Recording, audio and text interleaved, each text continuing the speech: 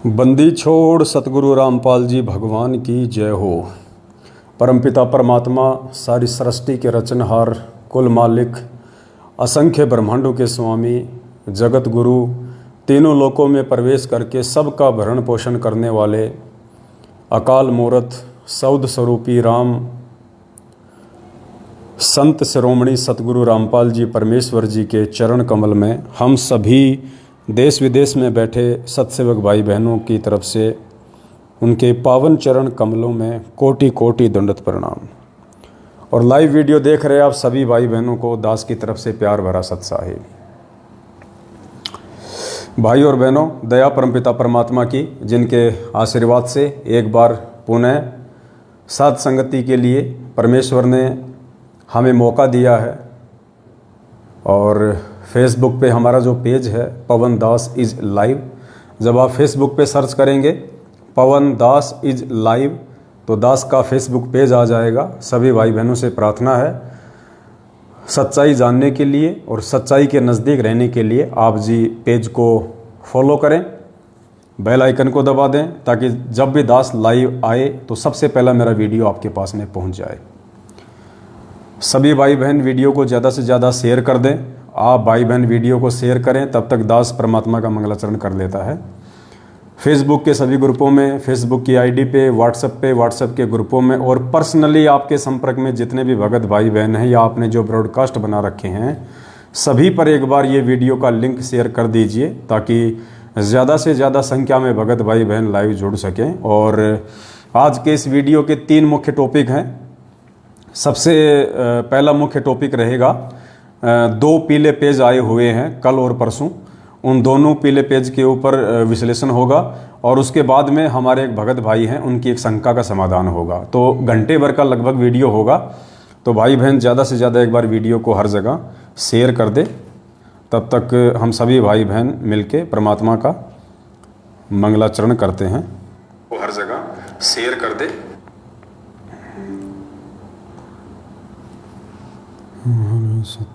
दास भी एक बार अपने मोबाइल से हर जगह शेयर कर देता है। आप सभी भाई बहन भी जहाँ जहाँ संभव हो एक बार वीडियो को हर जगह शेयर कर दें,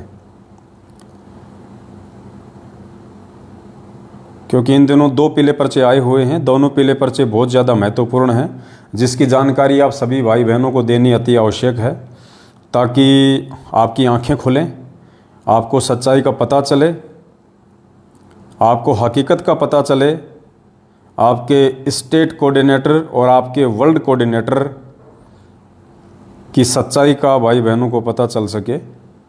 और धोखे से आप जिन्हें बहुत बड़ा भगत समझ के, बहुत अच्छे क्वालिटी के सेवादार समझ के आप जिनके पीछे लगे हुए हैं, आपकी वहाँ से मोह ममता हटे और सतगुरु रामपाल जी भगवान के वचन अनुसार आप जी भक्ति मार्ग पे ज्ञान को आधार बना के भक्ति करें। तो चलिए, दास परमात्मा का मंगलाचरण करता है, तब तक आप वीडियो को ज़्यादा से ज़्यादा शेयर कर दें। सत साहिब। बंदी छोड़ सतगुरु रामपाल जी भगवान की जय हो। गरीब नमो नमो सतपुरुष को नमस्कार, गुरु की नहीं सुर नर मुनि जन साधवा, संतों सर्वस दीन ही सतगुरु साहिब संत सब दंडोतम प्रणाम।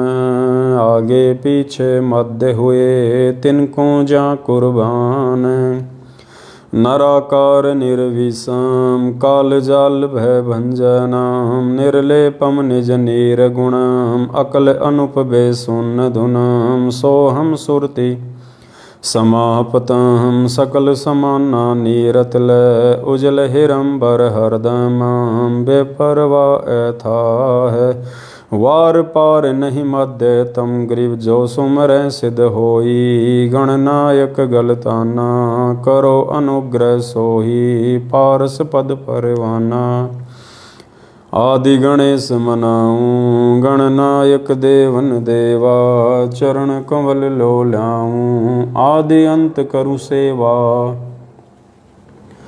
परम शक्ति संगीतम हृदय सिद्धिदाता सोही अविगत गुण है अतीतम सत्य पुरुष निर्मोही जगदम्बा जगदीशम मंगल रूप मुरारी तन मन अर्पों शीशम भक्ति मुक्ति भंडारी सुर नर मुनि जन ध्यावें ब्रह्मा विष्णु महेशा शेष सहस मुख गावें पूजय आदि गणेशा इंद्र कुबेर सरीखा वरुण धर्म राय ध्यावें सुमरथ जीवन जी का मन इच्छा फल पावें 33 कोटि अधारा ध्यावें 88 उतरे भव जल पारा कट हैं यम की फांसी 33 कोटि अधारा ध्यावें 88 उतरे भव जल पारा कट हैं यम की फांसी। सत साहे बंदी छोड़ सतगुरु रामपाल जी भगवान की जय हो।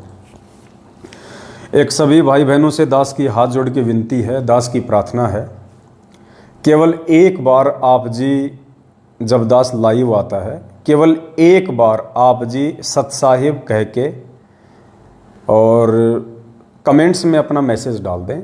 उसके बाद में आप बिल्कुल भी मैसेज ना डालें, बिल्कुल भी कोई इमोजी, कोई चित्र, कोई कार्टून, फालतू की बातें कुछ भी ना डालें आप। कमेंट्स को कोई नहीं पढ़ने वाला, कोई नहीं देखने वाला।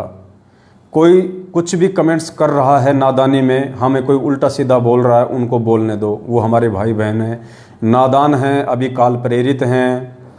सिर्फ एक बार आप लोग सत साहिब कह दीजिए, उसके बाद में शांति से बैठ के आप जी लाइव वीडियो देखा करें। दूसरे भाई बहन भी डिस्टर्ब होते हैं बार बार ये मैसेज डालने से। आप केवल एक बार मैसेज डालें, फिर शांत होकर चुपचाप बैठ जाएं। जिस काम के लिए परमात्मा हमें निमित्त बनाते हैं उस काम पे हम ज़्यादा फोकस रखें। तो आज का लाइव वीडियो हम शुरू करते हैं। काफ़ी संख्या में भाई बहन जुड़ चुके हैं। तो सबसे पहले हम शुरू करते हैं एक पीले पेज से। वैसे तो 2 पीले पेज हैं और उसके बाद में एक जोधपुर से हमारे भगत भाई हैं, उनकी एक शंका है, उसके बाद हम उस शंका पे चलेंगे। तो सबसे पहले हम चलते हैं एक पीले पेज पे जो दिनांक 8 जुलाई 2022 को आया था। 8 जुलाई 2022 को ये पीला पेज 2 पृष्ठ का सतलोक आश्रम मैनेजमेंट हरियाणा के द्वारा ये पीला पेज निकाला गया है। दास आपको पढ़ के सुनाएगा, आप ध्यान से पढ़िएगा। बहुत ही मज़ेदार किस्सा है, सुन के आपको हंसी भी आएगी, आपको शर्मिंदगी भी होगी, आपको दुख भी होगा कि हम किन मूर्खों के बीच में फंसे पड़े हैं। 90% संगत चक्की के 2 पार्ट सतलोक आश्रम मैनेजमेंट हरियाणा और कोऑर्डिनेटरों के बीच में फंसी पड़ी है, यानी गुरुदेव के कलयुगी परिवार और मनमुखी रूप से ये कोऑर्डिनेटर लोग चक्की के 2 पार्ट हैं। बीच में बेचारे गेहूं रूपी भगत हैं जो पिसते जा रहे हैं।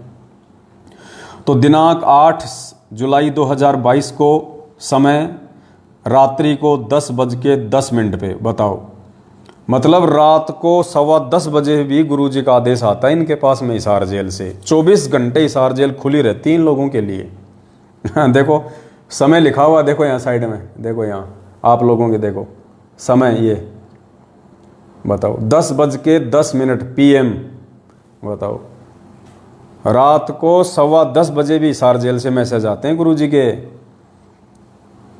मतलब इनकी कोई बहुत ऊंची जान पहचान है, कोई मोटा भाई जैसे लोगों से। मन में आता है जब भी गुरुजी को उठा के नींद से और ये लोग मैसेज लिखवा लेते हैं कि गुरुजी पीला पर्चा लिखो फटाफट, टाइम नहीं हमारे पास में, रात को तो टाइम मिलता है हमारे को। तो दिनांक 8 जुलाई 2022 और मैसेज क्या है एक बार सभी भाई बहन ध्यान से पढ़ें।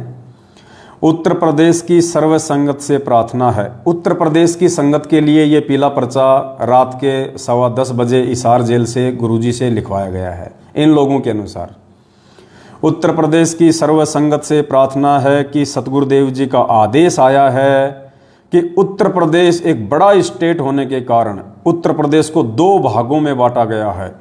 एक पूर्वी उत्तर प्रदेश, दूसरा पश्चिम उत्तर प्रदेश, जिसमें पूर्वी उत्तर प्रदेश में भगत संजीव दास, ये उनके मोबाइल नंबर हैं, संभाग में सेवा संभालेंगे और पश्चिम उत्तर प्रदेश में भगत हरदेश दास संभाग में सेवा संभालेंगे। उत्तर प्रदेश की संगत को ये कह के दो भागों में बांट दिया गया है। उत्तर प्रदेश की संगत के ऊपर दो तानाशाही हिटलर खड़े कर दिए गए हैं, ये कहकर ये बहाना बना के कि गुरुजी का आदेश है, उत्तर प्रदेश बहुत बड़ा है और उत्तर प्रदेश है ना एक भगत के संभलने में नहीं आ रहा, तो उत्तर प्रदेश के दो फाड़ कर दो, दो हिस्से कर दो उत्तर प्रदेश के, एक पूर्वी उत्तर प्रदेश एक पश्चिमी उत्तर प्रदेश। और पूर्वी उत्तर प्रदेश की सेवा संभालेंगे भगत संजीव दास, जो कि पहले से ही उत्तर प्रदेश के स्टेट कोऑर्डिनेटर हैं, संजीव दास। दूसरा कौन संभालेगा? भगत हरदेश दास। तो इन दो महापुरुषों को उत्तर प्रदेश का हिस्सा बांट दिया गया है, उत्तर प्रदेश का विभाजन कर दिया गया है और इन दो महापुरुषों को सेवा दे दी गई है। और संभाग भी लिख दिए हैं, गोंडा, बहराइच, श्रावस्ती, बलरामपुर, बस्ती, सिद्धार्थनगर, संत कबीर नगर, अयोध्या, बाराबंकी, अंबेडकर नगर, सुल्तानपुर, अमेठी, सीतापुर। मतलब आधे जिले तो दे दिए संजीव हुड्डा को, संजीव दास उर्फ संजीव हुड्डा, जो कि बरवाला कांड के समय से ही उत्तर प्रदेश का स्टेट कोऑर्डिनेटर था। और अब इस संजीव दास के साथ में ऐसा क्या हो गया कि अब संजीव दास से उत्तर प्रदेश संभाला ही नहीं जा रहा। ऐसा अचानक से क्या हो गया? जो आदमी पिछले 8 साल से पूरे उत्तर प्रदेश को संभाल रहा है, अब अचानक से ऐसा क्या हो गया कि उत्तर प्रदेश उसके संभालने में नहीं आ रहा और उत्तर प्रदेश के दो भाग कर दिए गए हैं गुरुजी का नाम लेके। दरअसल हकीकत इसके पीछे क्या है वो आपको दास बताएगा। 14 जून 2022 को उत्तर प्रदेश में भी इन्होंने एक फर्जी आश्रम बना रखा है शामली में। तो उत्तर प्रदेश के शामली फर्जी आश्रम में कबीर प्रकट दिवस मनाया जा रहा था और आप सबको पता है पुण्यात्माओं, ये सब के सब लोग काल प्रेरित हैं, काल भगवान इनके सिर पे बैठे हैं और परमात्मा कहते हैं तत्व ज्ञान कोई ना कह रे झूमकरा, ये पैसे ऊपर नाच सुनो रे झूमकरा। सारा का सारा ड्रामा माया के पीछे हो रहा है, पैसों के लिए हो रहा है।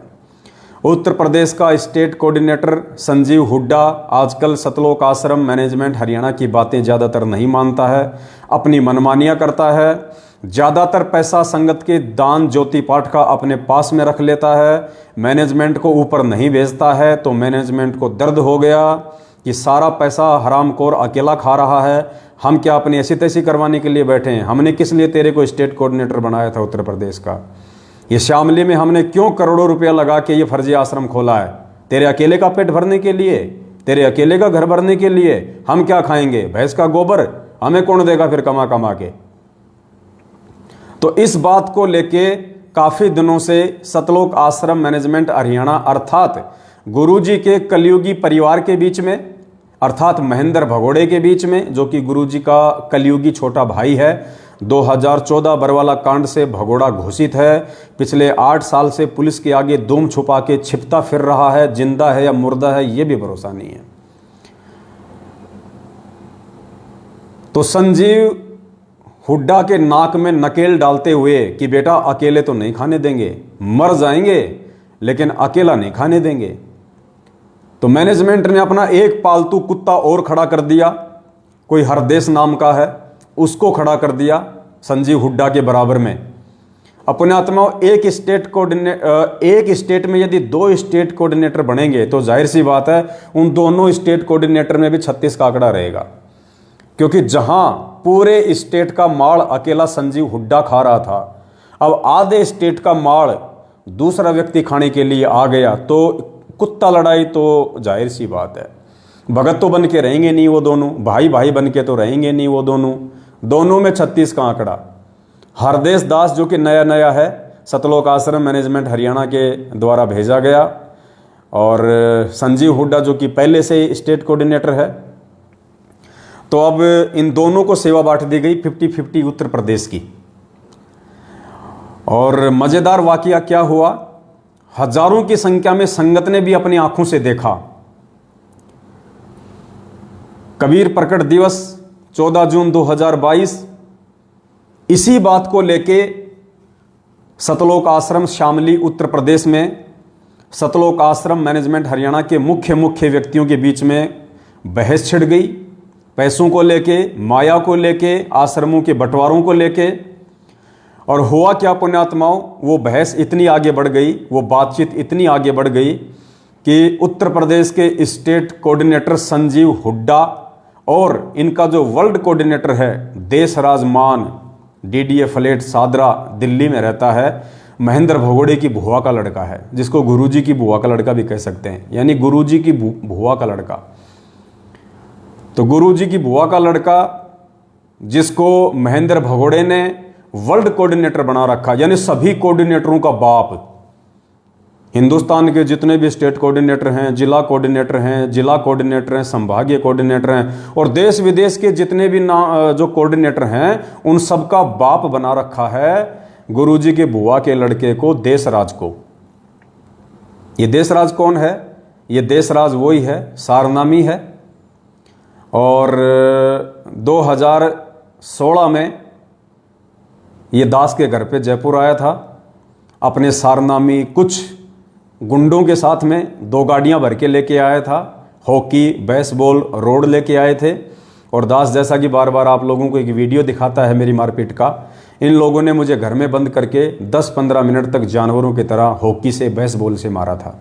ये वही देशराज है जो गुरुजी की बुआ का लड़का है, सारनामी। बहुत पहुंचा हुआ भगत है, छोटा मोटा भगत नहीं, आप ऐसा वैसा मत समझना इसको।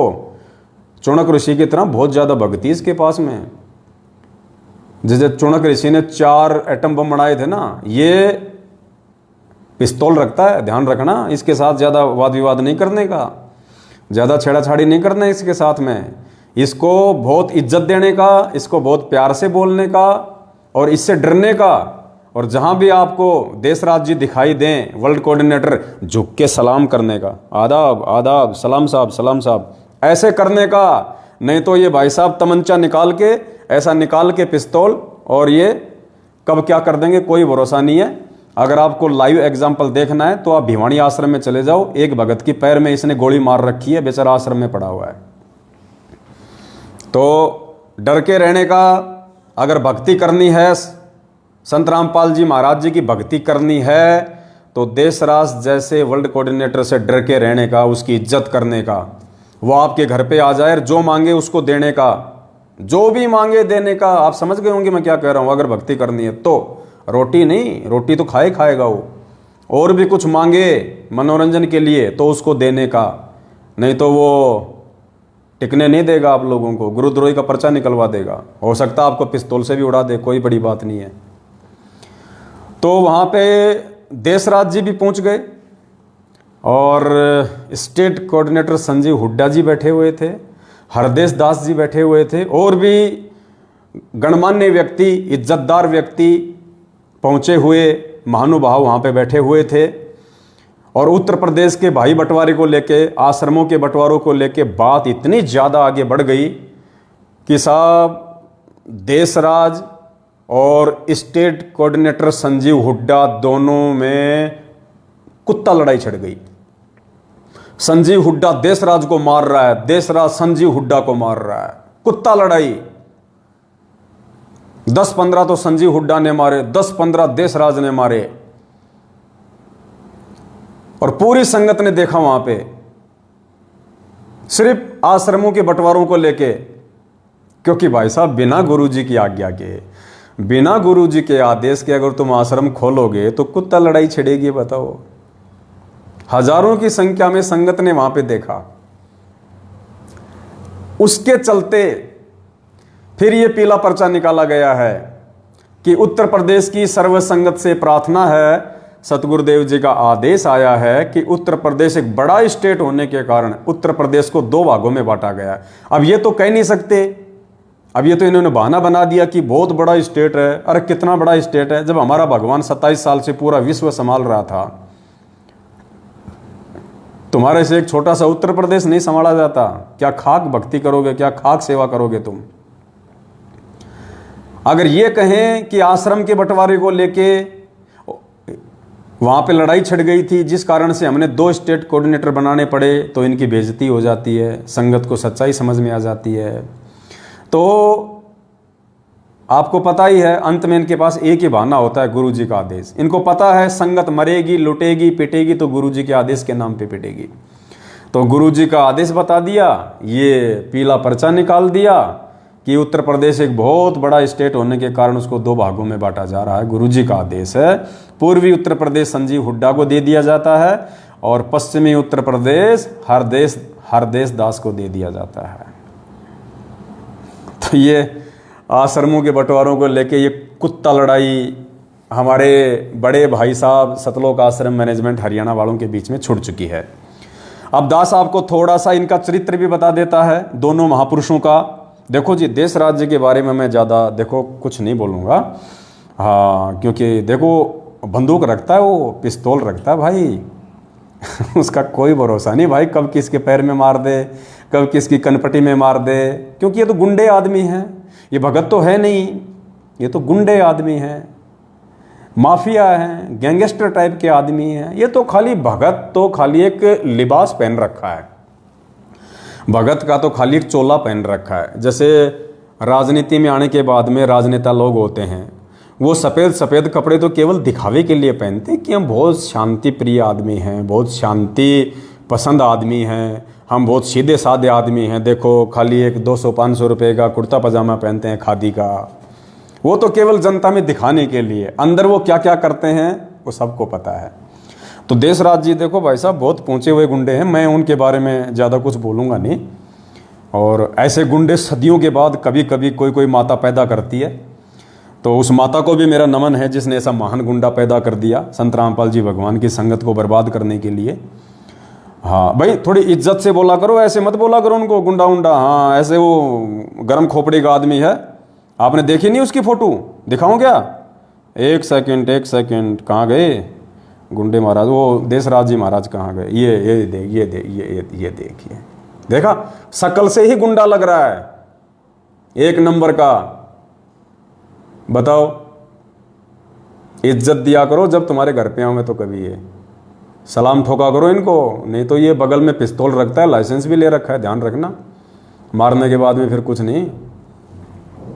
और संजीव हुड्डा जी के भी दर्शन करवा देते हैं आपको थोड़े से। ये देखिए, ये हैं संजीव हुड्डा जी, ये देखिए, ये संजीव हुड्डा है उत्तर प्रदेश का स्टेट कोऑर्डिनेटर, जो अकेला अरे नालायक इंसान, थोड़ा थोड़ा उनको भी दे देता। अब गया ना है, अगर थोड़े थोड़े टुकड़े अगर उन बड़े कुत्तों को भी डालता रहता और थोड़े थोड़े टुकड़े तू भी खाता रहता तो नहीं जाता ना उत्तर प्रदेश हाथ से, हैं? अब करवा लो अपनी ऐसी तैसी, दे दिया आधा उत्तर प्रदेश अपने मामा जी को। मूर्ख आदमी, सलाह ले लेता, 7 साल से शंका समाधान कर रहे हैं, अकेले में फ़ोन कर देता कि भगत जी मेरी ऑडियो को वायरल मत करना और मेरे को ये सलाह दे दो, ऐसी स्थिति में मेरे को क्या करना चाहिए, तो दास तेरे को बता देता। मूर्ख आदमी, ना घर का रहा ना घाट का, धोबी का कुत्ता बन के रह गया, आधा उत्तर प्रदेश दे दिया। ऐसे 7 साल से ऐसे ही रगड़म पट्टी खेल रहा था क्या? नालायक आदमी। ऐसे मूर्ख व्यक्ति पैदा हो गए दुनिया में,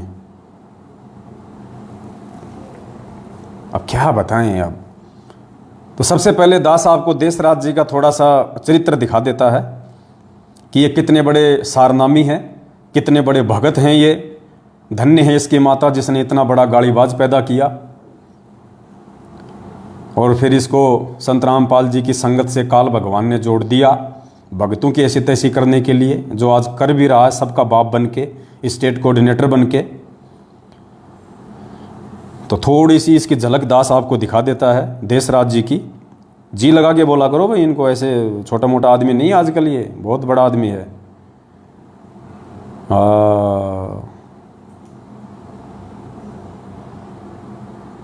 देखिए,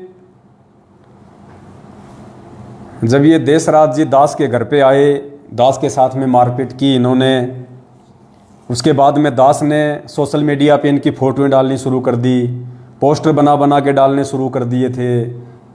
तो उसके बाद इसने क्या किया, मेरे को व्हाट्सएप कॉल किया किसी दूसरे के नंबर से मेरे को व्हाट्सअप कॉल किया। अब खुदा न खास्ता उस समय मैंने दूसरे मोबाइल में रिकॉर्डिंग चालू कर रखी थी, ये भी मालिक की दया थी, परमात्मा ने रिकॉर्डिंग इसकी करवानी थी, क्योंकि व्हाट्सअप कॉल पे रिकॉर्डिंग होती नहीं। तो इसने सोचा जी भर के गालियाँ निकाल ले, और व्हाट्सअप कॉल पे रिकॉर्डिंग होती नहीं। लेकिन मालिक तो अंतर्यामी है। जिस समय इसका फ़ोन आया, दास ऐसे मोबाइल में कुछ रिकॉर्डिंग कर रहा था, तो रिकॉर्डिंग वो चालू रह गई। तो भाई साहब की वो व्हाट्सएप कॉलिंग की रिकॉर्डिंग जो है वो रिकॉर्ड हो गई। तो जब मैंने इसके फ़ोटो डालने शुरू किए सोशल मीडिया पे, तो ये तो सामाजिक आदमी है, ये तो समाज में ज़्यादा उठता बैठता है, इसका तो भाईचारा जगत में ज़्यादा है, भगतों में भाईचारा कम है, जगत में ज़्यादा है। तो इसने देखा कि तेरी तो फ़ोटो वायरल हो रही है, तेरी तो बेइज्जती हो जाएगी, लोग तेरे बारे में क्या सोचेंगे अगर तेरे किसी यार दोस्त ने, तेरे किसी माफिया गैंगस्टर भाई ने अगर देख लिया, तो तेरी तो इज्जत कहीं की नहीं रहेगी।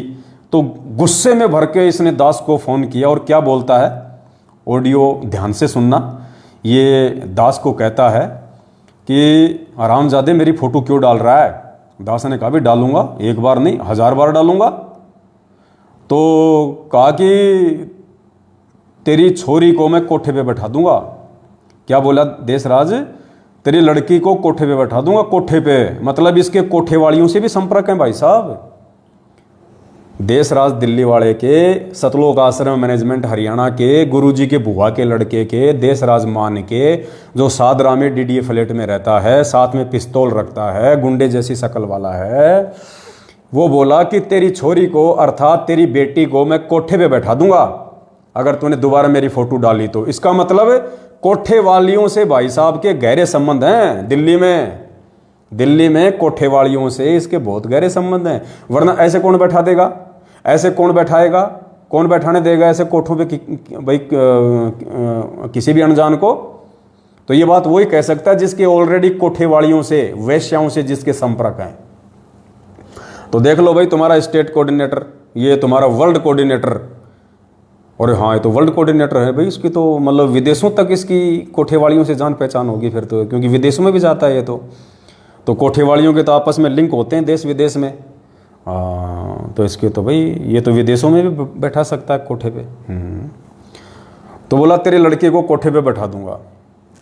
एक सारनामी के वचन है ये, एक सारनामी भगत के वचन, गुरुजी के रिश्तेदार के वचन, जिनको कुछ संगत का मूर्ख तबका बहुत बड़ा भगत समझ के अपने आप को धन्य मानता होगा जब ये उसके घर पे आता होगा। और नालायक को ये पता नहीं कि जब ये तुम्हारे घर पे आता होगा तो इसकी नज़र तुम्हारी बहन बेटियों पे रहती होगी। क्योंकि परमात्मा कहते हैं कुत्ते की नज़र हड्डी पे रहती है और सूअर की नज़र टट्टी पे रहती है। कुत्ते की हड्डी पे, सूअर की टट्टी पे। और ऐसे जो माफिया टाइप के जो व्यक्ति होते हैं, जो भगत के नाम पे गुंडे, तो उनकी नज़र कहाँ रहती होगी सोचो। जो मुझ पवन दास को, एक भगत को, अपने भगत भाई को ये कह रहा है कि तेरी बेटी को मैं कोठे पे बैठा दूंगा, तो ऐसा व्यक्ति, ऐसा वर्ल्ड कोऑर्डिनेटर जब आपके घर पे आएगा तो उसकी नज़र आपकी माँ और बहन बेटी पे रहेगी। यदि युवा है तो बूढ़ियों पे नज़र नहीं डालता ये, क्योंकि वर्ल्ड कोऑर्डिनेटर है, इसको क्या कमी है भाई साहब। बूढ़ी औरतों पे क्यों नज़र डालेगा ये। अनाप शनाप संगत का पैसा करोड़ों की संख्या में है। जब मर्जी आवे, इसने अपना पासपोर्ट बनवा रखा, वीज़ा इसके जेब में रहता है। जब मर्जी अमेरिका जाए, जब मर्जी नेपाल जाए, जब मर्जी पाकिस्तान जाए, क्योंकि वर्ल्ड कोऑर्डिनेटर है। हराम का पैसा 24 घंटे इसकी जेब में रहता है संगत का। तो ये बड़ी बूढ़ियों पे क्यों नज़र डालेगा, ये तो जवान पे नज़र डालेगा। तो भाई साहब सोच समझ के अपने घर पे इसको बुलाओ, तो सोच समझ के बुलाना। वर्ल्ड कोऑर्डिनेटर, फिर तुम इसको रोक भी नहीं पाओगे, तुम इसको दबा भी नहीं पाओगे, तुम इसको रोक भी नहीं पाओगे, क्योंकि वर्ल्ड कोऑर्डिनेटर है। अगर भक्ति करनी है तो फिर इसकी हर बात माननी पड़ेगी, गुलामी सहन करनी पड़ेगी। तो सुनिए देशराज भाई साहब क्या कह रहे हैं कि तेरी छोरी को कोठे पे बैठा दूंगा। और फिर दास को क्या कह रहा है कि अपने साले के मुंह में मूतूंगा, अपने साले के मुंह में मूतूंगा। बताओ, मेरे मुंह में मूतेगा वो। अब बताओ, इसने मुंह में मूतने की रिहर्सल भी कर रखी है। अब हो सकता है अपने परिवार वालों के मुंह में मूतता होगा ये, तो इसने वो रिहर्सल कर रखी है मुंह में मूतने की। वरना ऐसे कैसे मूत देगा मुंह में, एक बात बताओ, ऐसे कैसे मूत देगा। तो इसको अच्छे से पता है कि मुंह में कैसे मूता जाता है। वर्ल्ड कोऑर्डिनेटर भाई, पावर है इसके पास, मुंह में मूत दे, आंख में मूत दे, मूत दे तो मूत दे, कौन सी बड़ी बात है बताओ। घर की भाई लिखने वाला काका, इसको कौन रोक दे भाई साहब। तो ये बहुत पहुंचा हुआ आदमी है, बहुत पहुंचा हुआ महापुरुष है। सतलोक आश्रम मैनेजमेंट हरियाणा का वर्ल्ड कोऑर्डिनेटर, महेंद्र भगोड़े की बुआ का लड़का, देशराज मान। फोटो एक बार फिर से दिखा देता हूँ भाई बहनों को, ध्यान रखना। ये ऐसा ऐरा गैरा आदमी नहीं है, कहीं तुम सोचो ऐसे ऐरा गैरा आदमी है, वर्ल्ड कोऑर्डिनेटर है। देखो ये देखो, शक्ल से देखो कितना बड़ा गुंडा लग रहा है। देखो मुंह देखो इसका, ऐसा लग रहा है जैसे इसने भी कई बार मुंह में मुतवाया हो। देखो हाँ, चलिए अब चलते हैं अपन भाई साहब के एक उस वीडियो के ऊपर जिसका दास ने अभी जिक्र किया था कि अपने साले के मुंह में मुतूंगा और तेरी छोरी को कोठे पे बैठा दूंगा। ठीक है भाई साहब, बैठा सकते हो तुम, काल का लोग है, तुम काल के एजेंट हो, तुम्हें कौन रोके। तो ध्यान से सुनो भाई बहनों। हेलो हेलो हेलो हेलो, हाँ लिखा हेलो। हाँ जी, कौन बोल रहे हो? कौन बोल रहे हो? कौन बोल रहे हो? तेरा बाप बोल रहा हूँ। तेरी सारी तो छोड़ दिया था, कोई छोड़ने का तुझे ध्यान रखिए कब तेरे। मैं बोला रे भाई साहब कौन बोल रहे हो? बोले तेरा बाप बोल रहा हूँ। अरे मेरे बाप को तो मरे हुए 1-1.5 साल हो गई। तेरा बाप बोल रहा हूँ मेरे साले, अब का तो तने छोड़ दिया था, अब की बार नहीं छोड़ने का। बताओ, मतलब 2016 में तो तेरे को मार के नहीं गए, छोड़ दिया था, अब की बार नहीं छोड़ूंगा, तेरा बाप बोल रहा हूँ। वाह जी बापू जी। देशराज, मेरा भी दूसरा नाम देशराज ही है, गांव में मेरे को देशराज ही कहते हैं। पवन तो मेरा डॉक्यूमेंट्स में नाम है, बाकी मेरे रिश्तेदार गांव वाले सब मेरे को देशराज ही कहते हैं। तो बोलो देशराज का देशराज बाप। यार कमाल के स्टेट कोऑर्डिनेटर पाल रखे हैं महेंद्र भगोड़े ने भाई, कमाल के गुंडे पाल रखे हैं भाई, तगड़े। हेलो हेलो हेलो, हाँ लिखा हेलो। हाँ जी, कौन बोल रहे हो? कौन बोल रहे हो? कौन बोल रहे हो? तेरा बाप बोल रहा हूँ। तेरी सारी तो छोड़ दिया था, कोई छोड़ने का तुझे ध्यान रखिए कब तेरे दिमाग में क्रॉस करनी हो। कौन बोल रहे हो बड़े भैया? छोड़ दिया तो बच्चे नहीं उठाऊंगा और इसे उठाऊंगा उठ में जो तू बड़ा बड़ा लैंडलॉर्ड है क्या? अरे यार गाड़ी थोड़ी निकालते भाई साहब ऐसे। नहीं गाड़ी नहीं निकालते, तू ये काम क्यों कर रहा तू? हाँ मेरी फोटो लगाकर बदतमीजी भेज रही है मुझे। भाई साहब आप अपने आप को परम संत रामपाल जी महाराज का शिष्य कहते हो और आप गालियां निकाल रहे हो, कैसे भगत हो आप? तू कौन होता है मेरे सब पूछने वाला? पूछने वाला क्यों नहीं होता हूँ मैं? जो गाली निकालेगा उससे सवाल जवाब नहीं किया जाता क्या? अरे तू फोटो कैसे डाला मेरे? फोटो डालूंगा, 1000 बार डालूंगा, 100 बार डालूंगा। अब क्या बात है? मुंह में मुद्दों ध्यान रखिए और डाल तो मुंह में मुद्दोगे? ध्यान रख, मुंह में मुद्दोगे क्या? अरे भाई साहब नहीं, कपड़ा दो भगत जी, कपड़ा दो। वो कहाँ है मेरा? वो दो, वो वाइट वाला दो, पीछे रखा भगत जी। वैसे नहीं बात बनती, ऐसे नहीं। पता नहीं भाई साहब, इसका कोई भरोसा नहीं है भगत जी, ये कब मूत दे, ये मोबाइल में मूत दे, इसका भरोसा नहीं, क्योंकि ये वर्ल्ड कोऑर्डिनेटर है। छोटा मोटा कोऑर्डिनेटर हो तो बात अलग है, अब वर्ल्ड कोऑर्डिनेटर क्या पता मुंह में मूत दे, तो मैं तो अपना मुंह का पहले ही इंतजाम कर लेता हूँ। बताओ कौन बोल रहे हैं? तेरा बाप बोल रहा हूँ। तेरी सारी तो छोड़ दिया था, कोई छोड़ने का तुझे ध्यान रखिए कब तेरे दिमाग में क्रॉस करनी हो। कौन बोल रहे हो बड़े भैया? छोड़ दिया तो बच्चे नहीं उठाऊंगा और इसे उठाऊंगा उठ में जो तू बड़ा बड़ा लैंडलॉर्ड है क्या? अरे यार गाड़ी थोड़ी निकालते भाई साहब ऐसे। नहीं गाड़ी नहीं निकालते, तू ये काम क्यों कर रहा तू? हाँ मेरी फोटो लगाकर बदतमीजी भेज रही है मुझे। भाई साहब आप अपने आप को परम संत रामपाल जी महाराज का शिष्य कहते हो और आप गालियां निकाल रहे हो, कैसे भगत हो आप? तू कौन होता है मेरे सब पूछने वाला? पूछने वाला क्यों नहीं होता हूँ मैं? जो गाली निकालेगा उससे सवाल जवाब नहीं किया जाता क्या? अरे तू फोटो कैसे डाला मेरे? फोटो डालूंगा, 1000 बार डालूंगा, 100 बार डालूंगा। अब क्या बात है, मुंह में तुम्हें क्या लाही और दाल तो इधर मुंह में मुतोगे, हाँ? जाना मुंह में मुतोगे क्या? कौन है? तो भाई और बहनों, जय बोलो मुंह में मूतने वाले बाबा की जय हो, देश राजमान की जय हो, सतलोक आश्रम मैनेजमेंट वर्ल्ड कोऑर्डिनेटर मुंह में मूतने वाले बाबा की, मूतनाथ बाबा की जय, मूतनाथ बाबा की जय हो। सावधान, अगर किसी के पास ये ना हो तो बोतल रखा करो, और कभी मिल जाए ये मूतनाथ बाबा और मूतने की इच्छा हो जाए तो बोले बाबा बोतल में मूत दे, मेरे को तो माफ़ कर, बोतल में मूत दे, ज़्यादा मूतने की इच्छा हो रही है तो थोड़ा सावधान रहना। ये सतलोक आश्रम मैनेजमेंट हरियाणा है, कोई छोटे मोटे, कोई गली के, कोई छोटे मोटे, कोई उठाई गिरे थोड़ी हैं, ये पहुँचे हुए गुंडे हैं, पहुँचे हुए गुंडे, इंटरनेशनल गुंडे, छोटे मोटे गुंडे नहीं हैं, इंटरनेशनल गुंडे हैं ये।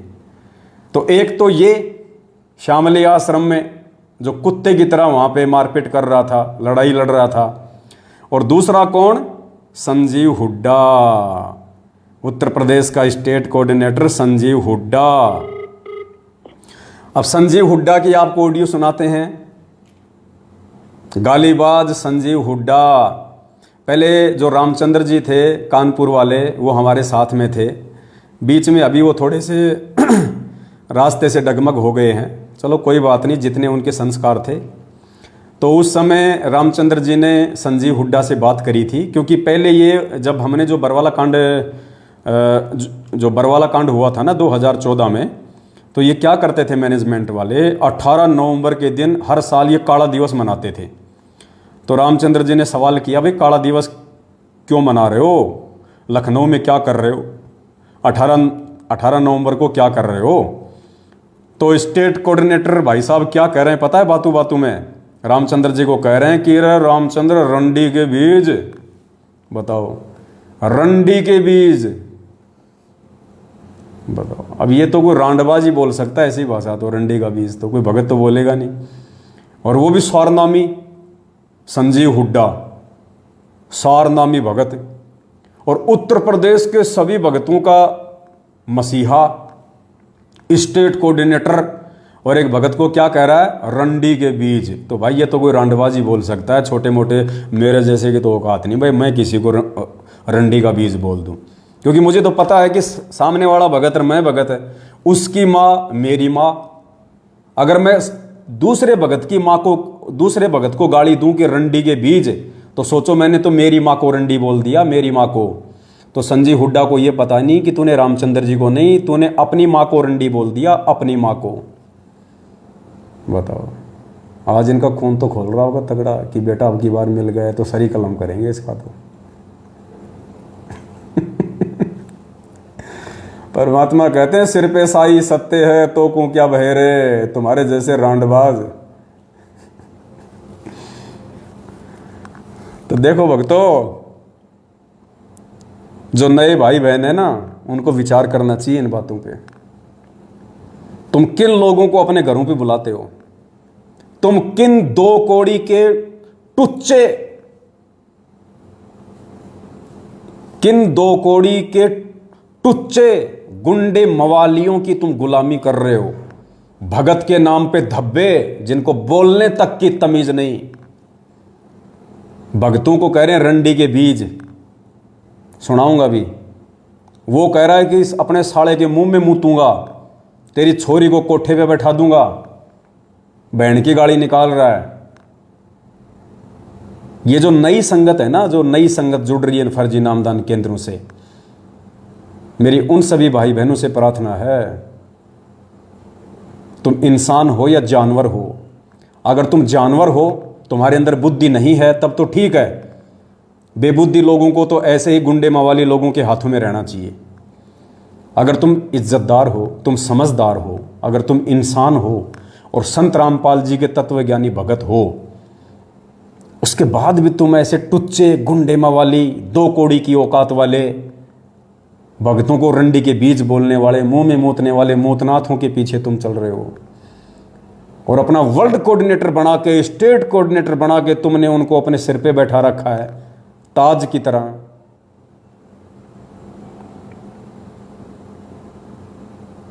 भाई विचार करने की बातें हैं ये। तो संजीव हुड्डा की ऑडियो सुनो अब, और सुनना उसकी गाड़ी।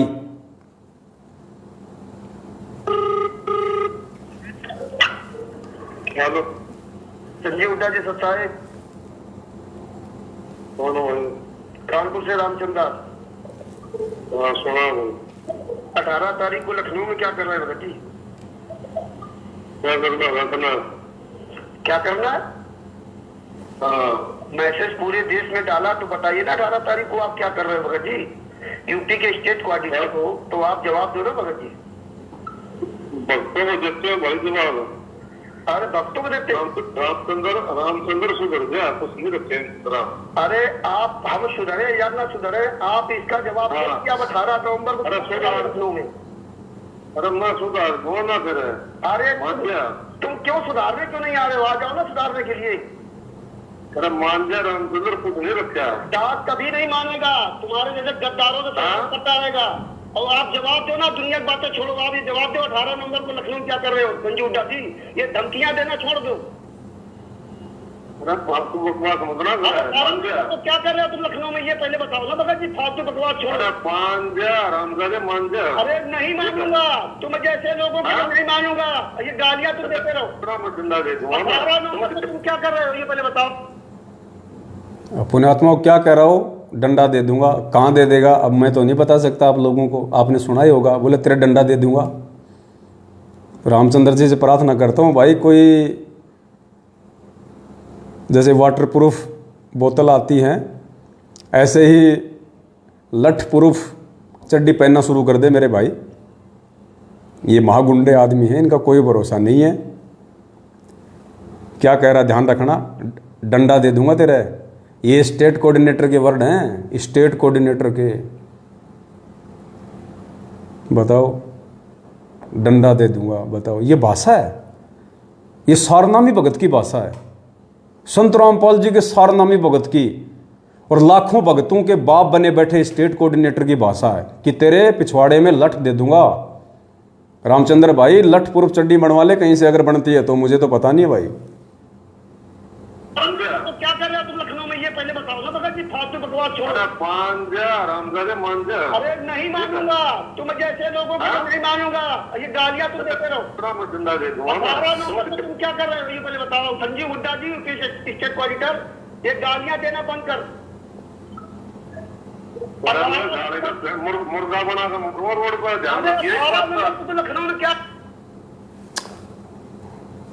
मुर्गा बना के मारूंगा साले का रोड पे। रामचंद्र ये तो मुर्गा भी बनाना जाना है भाई। रामचंद्र सुन रहा हो तो ध्यान रखिए, ये तो मुर्गा बना के मारना भी जाना है। मुर्गा बना के मारूंगा, मुर्गा। रामचंद्र कहाँ कहाँ सहन करेगा तू? लठ पूर्व चड्डी सिलवाएगा या मुर्गा बनेगा? हे परमात्मा दया करना भक्तों की।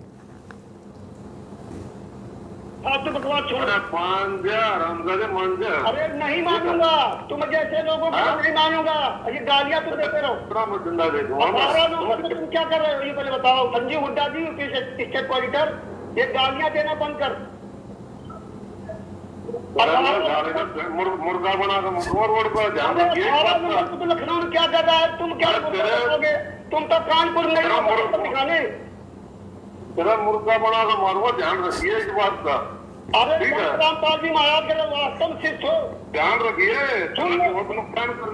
बहुत बकवास कर दी है संजीव हुड्डा जी। अगर वास्तव साले का कान को मारूंगा, रामजादा बकवास करे। अगर संजीव हुड्डा जी रामपाल जी महाराज के वास्तव शिष्ट हो तो आप कानपुर आकर के मैंने रोकने की औलाद हो। आप रंडी के बीच। अरे रंडी के बीज। पहले तो मुझे ऐसा लगा जैसे एक पेड़ आता है अरंडी का, एक अरंडी का पेड़ आता है जिसके अंदर मूंगफली जैसे दाने आते हैं, जिसका तेल निकलता है। तो पहले तो मैंने सोचा कि इसने बोला अरंडी के बीज, तो मैंने कहा तो बहुत अच्छी बात है, बताओ रामचंद्र अरंडी का बीज है, फिर तो तेल तो लाने की जरूरत पड़ती ही नहीं होगी, खुद ही निकाल लेता होगा। फिर मैंने ध्यान से सुनी ऑडियो, तो इसमें क्या था, अरंडी के बीज। कहाँ अरंडी और कहाँ रंडी। उत्तर प्रदेश के नए नए भक्तों, इसने रामचंद्र को रंडी की गाली नहीं दी। रामचंद्र भी एक भगत है, और तुम उत्तर प्रदेश के लाखों की संख्या में जुड़े हुए भी भगत हो। इसने अकेले रामचंद्र को रंडी का बीज नहीं कहा, इसने उत्तर प्रदेश की सारी संगत को रंडी का बीज कहा है। उत्तर प्रदेश की संगत की सभी माताओं को आपके स्टेट कोऑर्डिनेटर ने रंडी कहा है, रंडी। विचार करने की बातें हैं ये, विचार करने की बातें हैं। तो आप कानपुर आकर के मैंने रोकने की औलाद हो आप रंडी के बीज अरे बहुत ही परमात्मा ने ज्ञान दिया ना, यही परमात्मा ने ज्ञान दिया है संजीव हुड्डा जी।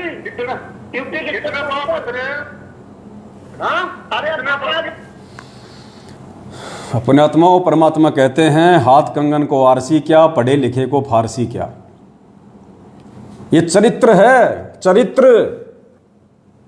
आपके स्टेट कोऑर्डिनेटर का चरित्र, आपके वर्ल्ड कोऑर्डिनेटर का चरित्र, देश राजमान का चरित्र, संजीव हुड्डा का चरित्र।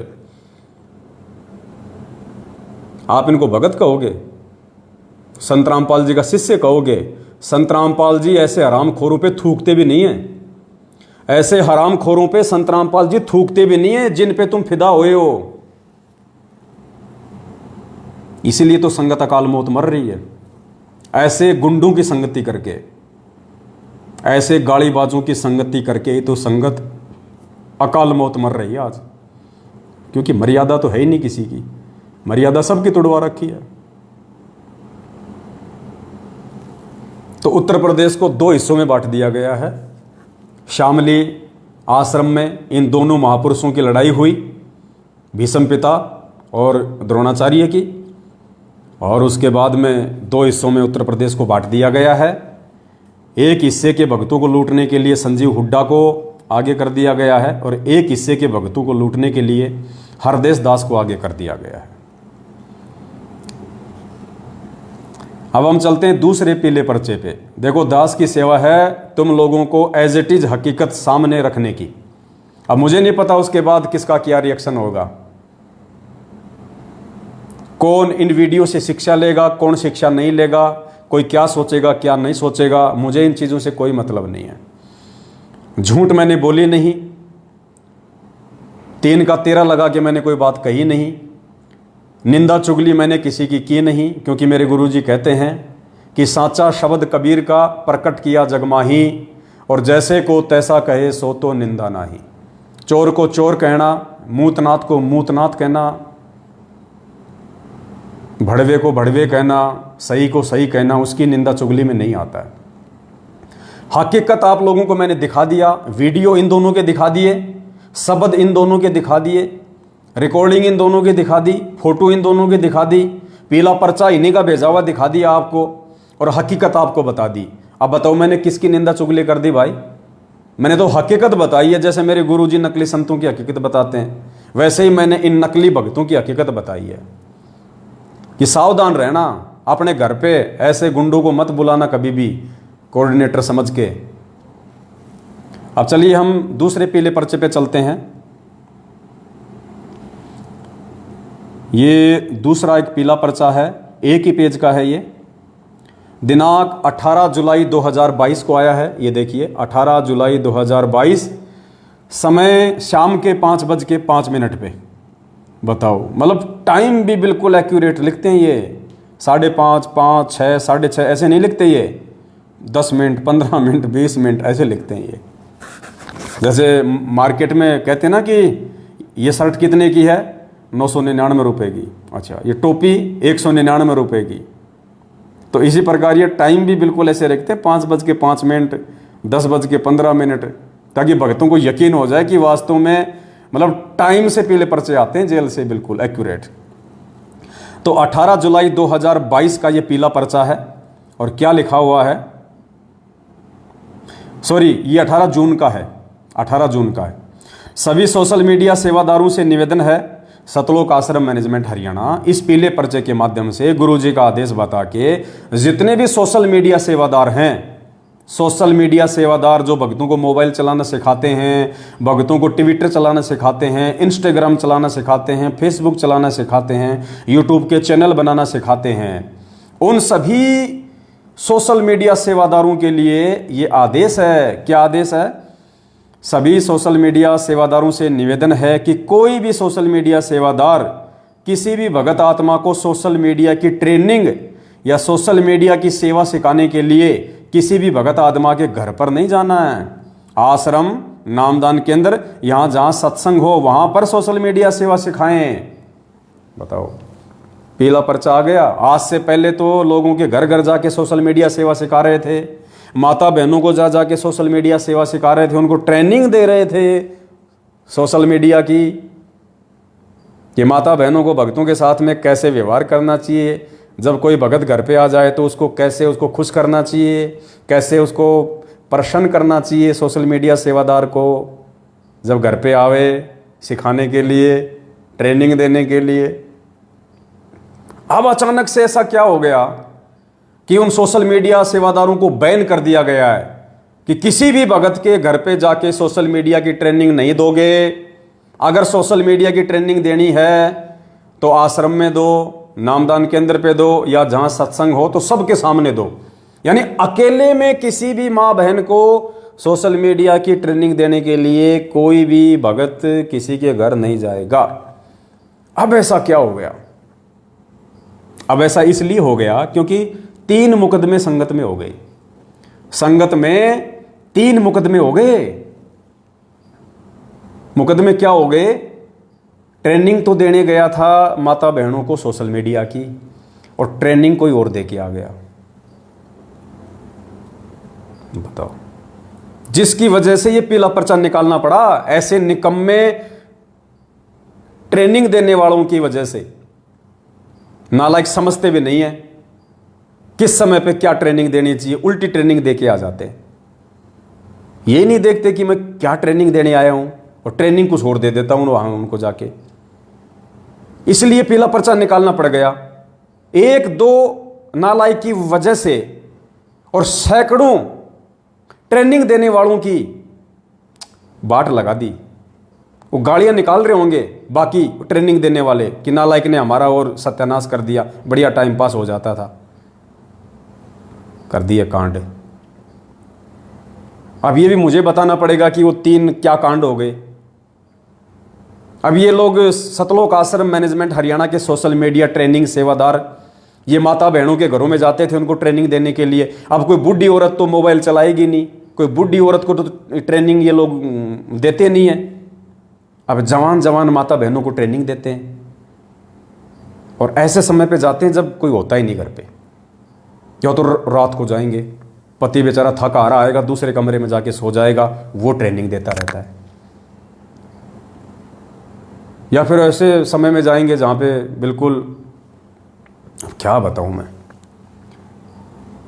परसों आपने सुना होगा ऑडियो में, ऐसे ही ट्रेनिंग देने के लिए गया था और 3 दिन उसी के घर पे रुक गया, और किसी ने उसकी सासू माँ को बताया, किसी ने उसकी सासू माँ को बताया कि ये जो तेरे बेटे की बहू है ना, ये ठीक नहीं चल रही आजकल, ये जाती है पुस्तक सेवा करने और वहाँ पे और ही कुछ हो रहा है। तो सासू को यकीन नहीं हुआ कि ऐसा थोड़ी होगा। सासू ने देखा कि मैं अपनी आंखों से पकड़ लूँगी तब मानूंगी। तो भाई साहब घर पे आए हुए थे ट्रेनिंग देने के लिए। अब सुबह सासू माँ ने देखा तो बताओ, दोनों ट्रेनिंग देने वाला ट्रेनिंग लेने वाली दोनों के दोनों एक ही बेड पे पड़े। बताओ, दोनों के दोनों ट्रेनिंग लेते लेते एक ही बेड पे पड़ गए। मतलब रात को लेट तक दे रहा था ट्रेनिंग, टाइम ज़्यादा हो गया होगा ना। अब नींद तो आएगी भक्तों को, ऐसी बात थोड़ी कि भक्तों को नींद नहीं आएगी। अब रात के 3-3 बजे तक आप किसी बहन को ट्रेनिंग दोगे सोशल मीडिया की तो नींद तो आएगी। अब दोनों को नींद आ गई, एक ही बेड पे सो गए दोनों। सुबह सासू माँ ने देखा तो कुछ आपत्तिजनक स्थिति में पड़े हुए थे, वो हो गया होगा, पैर वार इधर उधर, कोई बड़ी बात थोड़ी है। अब भगत भाई थोड़ी अपनी भगत बहन के साथ में कोई ऐसा करेगा ट्रेनिंग देते समय, पड़ गया होगा पैर ओड़ा सोड़ा, कौन सी बड़ी बात है। तो सासू ने उस भगत को पकड़ा, खड़ा किया, कान पकड़ा, बोला भाई तूने ये क्या किया, कहाँ सो रहा तू, तेरे को पता नहीं ये सोने की जगह है? बोल मेरे को ध्यान नहीं रहा, लाइट चली गई थी, मेरे को ध्यान नहीं रहा। अच्छा, बहू को बोले नालायक तू बता। बोले जी मैंने सोचा आपका बेटा सो रहा है, मैंने सोचा आपका बेटा सो रहा है, मैं तो आपका बेटा समझ के सो गई। अब सासू माँ क्या करे बेचारी, बताओ। सासू माँ ने भी अपने दिल में सब्र कर लिया। सासू माँ को भी अमरीश पुरी की वो कोयला फिल्म याद आ गई, अमरीश पुरी की वो कोयला फिल्म याद आ गई कि छत पे सोया था बहनोई, मैं तने समझ के सो गई, मुझको राणा जी माफ करना, गलती मारे से हो गई। अब सासू ने देखा भाई चलो कोई नहीं भाई, गलती हो गई होगी बहू से, कौन सी बड़ी बात है। उसके बाद में ऐसी एक घटना मध्य प्रदेश में हो गई। सोशल मीडिया की ट्रेनिंग देने गया था भाई साहब, सूरत से आया था स्टेट कोऑर्डिनेटर का लड़का, बताओ, सूरत से आया कोऑर्डिनेटर का लड़का ट्रेनिंग देने के लिए। किसको? एक युवा बहन को, किसी भगत की भक्तमती को, और ट्रेनिंग देने लगा। अब बहन जी बोली भगत जी बहुत टाइम हो गया ट्रेनिंग लेते हुए, अब रहने दो। बोला नहीं नहीं थोड़ी सी और बच रही है। अच्छा अच्छा, थोड़ी सी भी दे दी। उसके बाद क्या हुआ, भगत जी इतने ट्रेनिंग में मस्त हो गए, अब उनके जो भगत थे, जो भक्तमती के, वो साइड में चले गए। अब वो बहन बेचारी नहा धो के बाथरूम से आई और नहा धो के अपने वो कपड़े चेंज करने लग गई दूसरे कमरे में। यानी वो जो रूम थे वो कुछ इस प्रकार के थे, उसी रूम से उस रूम का गेट था। तो वो बहन अपना साइड में जाके अपने वो कपड़े बदलने लग गई। अब जो ट्रेनर था, ट्रेनर कोऑर्डिनेटर का लड़का सूरत का, वो क्या कर रहा है, जैसे बहन उधर कपड़े चेंज कर रही है, अब कोऑर्डिनेटर ने इधर मुंह कर लिया, उसने ट्रेनिंग देने वाले ने, और शीशा पकड़ लिया हाथ में, और यूं उस शीशे में से, दर्पण में से पीछे से उस बहन को देख रहा है कपड़े चेंज करती हुई को, यूं यूं उस शीशे में से देख रहा है अंदर जो कपड़े चेंज कर रही थी बहन। भगत जी ने उसको देखा और कहा कि भाई ये क्या कर रहा है तू, ये क्या कर रहा है? बोलो नहीं नहीं, बोलो मेरी आंख में बोले बाल पड़ गए, बोले बाल निकाल रहा हूं। एक ऐसी कांड और हुआ है, वो तो मुझे बताते हुए बड़ी शर्म आएगी, इसलिए मैं नहीं बता पाऊंगा। तो ये 3-4 कांड इन दिनों संगत में घटित हो गए सोशल मीडिया सेवादारों के द्वारा ट्रेनिंग देते समय। उसके बदले फिर ये पीला पर्चा निकाला गया था पिछले महीने कि सभी सोशल मीडिया सेवादारों से निवेदन है कि कोई भी सोशल मीडिया सेवादार किसी भी भगत आत्मा को सोशल मीडिया की ट्रेनिंग या सोशल मीडिया की सेवा सिखाने के लिए किसी भी भगत आत्मा के घर पर नहीं जाना है। आश्रम, नामदान केंद्र या जहां सत्संग हो वहां पर सोशल मीडिया सेवा सिखानी है। यह है जी पीला पर्चा। तो ऐसे दुर्वासा ऋषि जिन्होंने स्त्री को हाथ तक नहीं लगाया, ऐसे गोरखनाथ जैसे यति, सुखदेव जैसे जति, हनुमान जी जैसे यति हमारी संगत में हैं। ऐसे महापुरुषों को जो लड़कियों की, औरतों की शकल देखना भी पसंद नहीं करते, सुखदेव ऋषि की तरह, उनको तो सोशल मीडिया सेवादार बना रखा इन्होंने। उनको तो सोशल मीडिया की ट्रेनिंग सिखाने के लिए आगे खड़ा कर रखा है, ऐसे सुखदेव ऋषियों को। इसलिए ऐसे कांड हो रहे हैं संगत में। तो मेरी संगत में जो इज्जतदार भगत भाई बहन है, अब मुझे शब्द यूज करना पड़ रहा है, संगत में यदि कोई इज्जतदार भगत भाई बहन बचे हों तो भाई अपने जवान बहन बेटियों की रखवाली आप स्वयं करें, इन कोऑर्डिनेटरों के भरोसे ना रहें। पुस्तक सेवा में अपनी जवान बहन बेटियों को ना भेजें। कब तुम्हारी बहन बेटी को कौन सा भगत भगा ले जाएगा कोई भरोसा नहीं। ऐसे बहुत सारे कांड हो रहे हैं आजकल। दोनों रमेणी करके वापस घर में बढ़ेंगे। तो अपनी इज्जत के स्वयं जिम्मेदार हो भाई साहब। सतलोक आश्रम में जैसे कोई पान का कोई जर्दे की पुड़िया आती है ना, जर्दे की पुड़िया आती है, तानसेन की पुड़िया आती है, रजनीगंधा की डब्बी आती है, उस पर नीचे क्या लिखा होता है कि स्वयं अपनी मतलब रजनीगंधा स्वास्थ्य के लिए हानिकारक है, इससे अगर कोई दुष्प्रभाव हुआ तो उसकी जिम्मेदारी आपकी स्वयं की होगी। तो पुस्तक सेवा में या सोशल मीडिया के कैंप में या इन फर्जी आश्रमों में, इन फर्जी नामदान केंद्रों पे यदि आप अपनी बहन बेटियों को भेजते हैं तो उनकी इज्जत की जिम्मेदारी सतलोक आश्रम मैनेजमेंट हरियाणा की नहीं होगी, आपकी स्वयं की होगी। इसलिए सोच समझ के भेजें। तो ये तो थोड़ा सा ये चरित्र था सतलोक आश्रम मैनेजमेंट हरियाणा का, जो आप लोगों को ताज़ा करना ज़रूरी था, ताकि कुछ भगत भाई बहन जो आंखों पे काली पट्टी बांध कर इनको बहुत बड़े भगत समझ के, क्योंकि जो ब्लाइंड फेथ हमारे गुरुदेव पे करना था वो ब्लाइंड फेथ हम गधों ने इन मैनेजमेंट वालों पे कर लिया, गुरुजी के परिवार वालों पे कर लिया, जिसका परिणाम आज संगत भोग रही है। तो उनको थोड़ा सा याद दिलाना दास की जिम्मेदारी थी, दास का फर्ज था। हालांकि दास को अपनी कोई परवाह नहीं है, परमात्मा दास के साथ में है। बाड़ी बाका नहीं कर सकते बेटे, चाहे कितनी कोशिश कर लो ये। और कोशिश क्या ये कर नहीं रहे? क्या इन्होंने कोशिश की नहीं?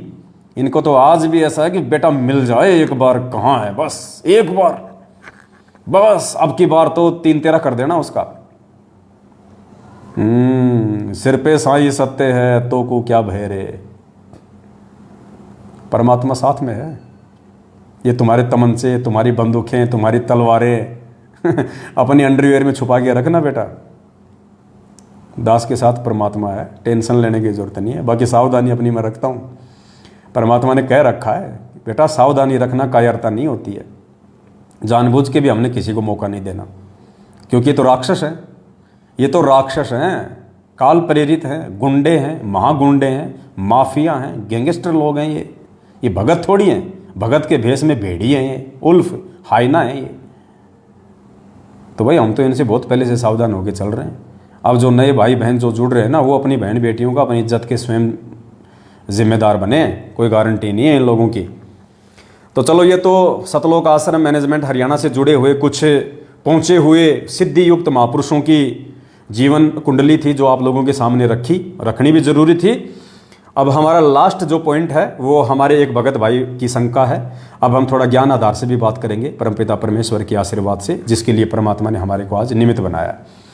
तो जोधपुर से एक भगत जी हैं, उनकी एक शंका है। आप भी थोड़ा ध्यान से सुन लीजिए, परमात्मा उसके बाद उसका ज्ञान आधार से समाधान करवाएंगे। ध्यान से सुनिएगा। सत साहिब, आप शंका का समाधान कीजिए। भगत जी, परमात्मा ने दास को 2019 में अपनी शरण में लिया परमात्मा ने। भगत जी, उससे पहले दास दामाखेड़ा से वो नकली पंथ है, उससे दास उपदेशी था। परमात्मा ने रजा करके अपनी शरण में लिया। परमेश्वर ने बहुत ही अच्छा ज्ञान दिया है। परमात्मा ने नीर खीर का निवेरा करवाया है। परंतु दास के मन में एक शंका थी। जैसा कि परमेश्वर ने बताया है कि धर्मदास जी महाराज का पंथ 42 वंश, मतलब वंश है, वंश गादी 42 पीढ़ी तक चलेगी। परमेश्वर का ये वचन है धर्मदास को। आज वर्तमान में 13वीं या 14वीं धर्मदास जी की वंश परंपरा के गादीपति श्री प्रकाश मुनि और श्री उदित मुनि नाम गादी पर बैठे हैं। तो भगत जी, दास की ये शंका है कि आने वाले समय में सिर्फ परमेश्वर का एक ही पंथ रहेगा, सिर्फ परमेश्वर का ही नाम रहेगा। दास को पता है कि परमेश्वर के अलावा कोई साहिब कहने का अधिकारी नहीं है। वह परमेश्वर खुद कबीर जी ही साहिब होते हैं और कोई महाराज या साहिब कहने का अधिकारी नहीं है। पर परमेश्वर ने धर्मदास जी को वचन दिया था कि धर्मदास जी की वंश 42 तक चलेगा। आज वर्तमान में 13वें 14वें कबीर पंथी दामा खेड़ वाले हैं प्रकाश मुनि। तो भगत जी आने वाले समय में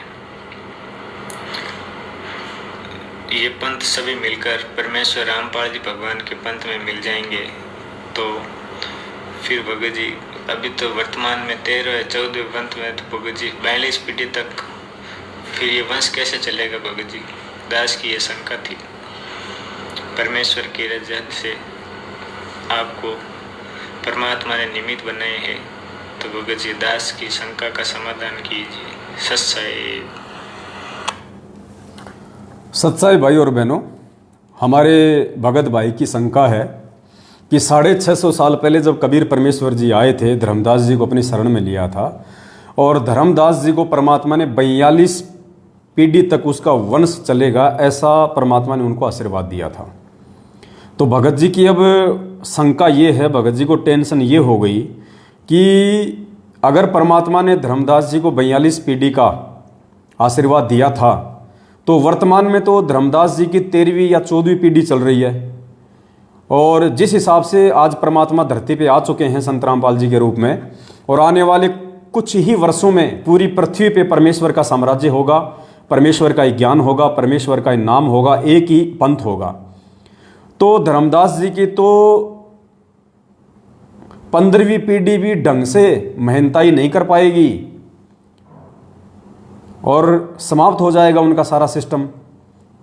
परमात्मा का ही राज चलेगा, परमात्मा का ही ज्ञान चलेगा। तो धर्मदास का जो पीढ़ी वालों का जो ज्ञान है, जो मेहनताई है, वो तो बंद हो जाएगी। जबकि परमात्मा ने तो 42 पीढ़ी तक के लिए बोल रखा है, तो फिर आगे की पीढ़ियां मेहनताई करेंगी या नहीं करेंगी, ये परमात्मा का वचन तो फेल नहीं हो रहा है। क्योंकि 42 पीढ़ी के लिए कहा था, जबकि अभी तो 13वीं या 14वीं पीढ़ी चल रही है और कुछ ही दिनों में संत रामपाल जी भगवान पूरे विश्व में छा जाएंगे। ये दामा खेड़ा, रांजड़ी, प्रकाश मुनि, ये उदित मुनि, सबका नामो निशान ज्ञान आधार से मिट जाएगा। तो ये भगत जी को ये समझ में नहीं आ रहा। तो पुण्यात्माओं, वैसे तो सतगुरुदेव जी सत्संगों में बार बार कहते हैं कि पुण्यात्माओं, यदि सत्संग सुनते सुनते मन में कोई खरपतवार पैदा हो जाए, कोई शंका यदि तुम्हारे को घेर ले, तो टेंशन नहीं लेनी चाहिए। निसंशय होकर अपनी भक्ति करते रहो, परमात्मा से प्रार्थना करो, सत्संग सुनते रहो। सत्संग में ही कभी न कभी वो अंतर्यामी परमात्मा तुम्हारी शंका का समाधान जरूर करेगा। लेकिन अब हमारे भगत भाई बहनों को इतना धैर्य नहीं, इतना संतोष भी नहीं है और वो टेंशन भी उनको इतनी ज़्यादा हो जाती है कि आगे वो सत्संग भी ध्यान से नहीं सुन पाते हैं, उस टेंशन के चलते कि कहीं गुरुजी के वचनों में कोई दोष पैदा ना हो जाए। इसके लिए परमात्मा ने ये 7 संगतियाँ रखवाई हैं। हम जैसे 2 कोटि के जीवों को परमात्मा ने ज्ञान आधार से भाई बहनों की शंका समाधान के लिए निमित्त बनाया है। तो वैसे तो ये कॉमन सेंस की बात है, कोई ऐसी बड़ी कोई शंका नहीं है। देखिए भगत जी, दास आपको गुरुजी का सत्संग भी सुनाएगा, लेकिन उससे पहले दास आपको मौखिक बता देता है। जैसे आज दिन में दास ने आपकी ये शंका सुनी, तो दास को तो साथ के साथ में ही सतगुरुदेव जी ने दया कर दी थी। दास को तो मालिक ने समझा दिया था कि बेटा इसका ये समाधान है, भाई को इस प्रकार से समझा। लेकिन दास ने सोचा कि हो सकता है मेरे शब्दों से आपको पूर्णतया संतुष्टि ना हो, इसके लिए परमात्मा का एक सत्संग भी मुझे मिल गया दिन में, वो भी दास आपको सुना देगा। यदि आपने गुरुदेव के सत्संग सुने हो, धर्मदास को 42 पीढ़ी का आशीर्वाद देने वाला, तो गुरुदेव ने ये नहीं कहा किसी भी सत्संग में, गुरुजी ने किसी भी सत्संग में ये नहीं कहा कि उस कबीर परमेश्वर ने धर्मदास को 42 पीढ़ी तक मेहनताई का आशीर्वाद दिया था या 42 पीढ़ी तक गद्दी संभालने का आदेश दिया था या 42 पीढ़ी तक ये गुरुवाई करने का आदेश दिया था। नहीं, परमात्मा ने 42 पीढ़ी तक उनको गद्दी संभालने का, मेहनताई करने का या गुरुवाई करने का आदेश नहीं दिया, आशीर्वाद नहीं दिया। परमात्मा ने यह कहा था कि धर्मदास मेरे आशीर्वाद से, क्योंकि जब धर्मदास को परमात्मा ने दिखा दिया था कि ये नारायण दास कौन है, सतगुरु रामपाल जी भगवान ने, जो उस समय कबीर जी के रूप में थे, जो उस समय कबीर नाम से थे, उन्होंने धर्मदास जी को अपनी तरफ से दिव्य दृष्टि देके और ये दिखा दिया था कि ये जो नारायण दास है ये तेरा बेटा नहीं है, तेरे बेटे की शक्ल में ये काल का एजेंट है, मृत्यु अंध नाम का काल का दूत है, ये तेरी भक्ति बर्बाद करने के लिए आया है। क्योंकि परमात्मा कहते हैं कि जिस घर में परमात्मा की कोई अच्छी आत्मा होती है, काल उस घर में वो आत्मा भक्ति ना कर ले, अपना भी एक दो एजेंट वहां पे छोड़ देता है। तो जब धर्मदास जी को परमात्मा ने दिखाया कि ये तो काल का दूत है, उसके लंबे लंबे दांत, चौड़ा चौड़ा माथा और काला कलूटा चेहरा, तो धर्मदास की तो आंखें फटी की फटी रह गई। और फिर धर्मदास ने कहा, क्योंकि पुण्यात्मा उस समय ज्ञान तो था ही नहीं, मूल ज्ञान तो परमात्मा ने छुपा के रखना था। तो धर्मदास जी को फिर टेंशन हो गई कि परमात्मा फिर मेरा वंश कैसे चलेगा। गुरुजी ने कहा कि वो बढ़िया था, लाला जी था, कमजोर दिल का था। बोला भगवान अब ये काल का दूत पैदा हो गया तो मेरा वंश कैसे चलेगा। तो परमात्मा ने कहा कि तेरे घर में मैं एक अपनी अच्छी आत्मा भेजूंगा, उससे तेरा वंश जो है वो चलेगा। लेकिन वंश इसका भी चलेगा, लेकिन वो केवल 42 पीढ़ी तक रहेगा।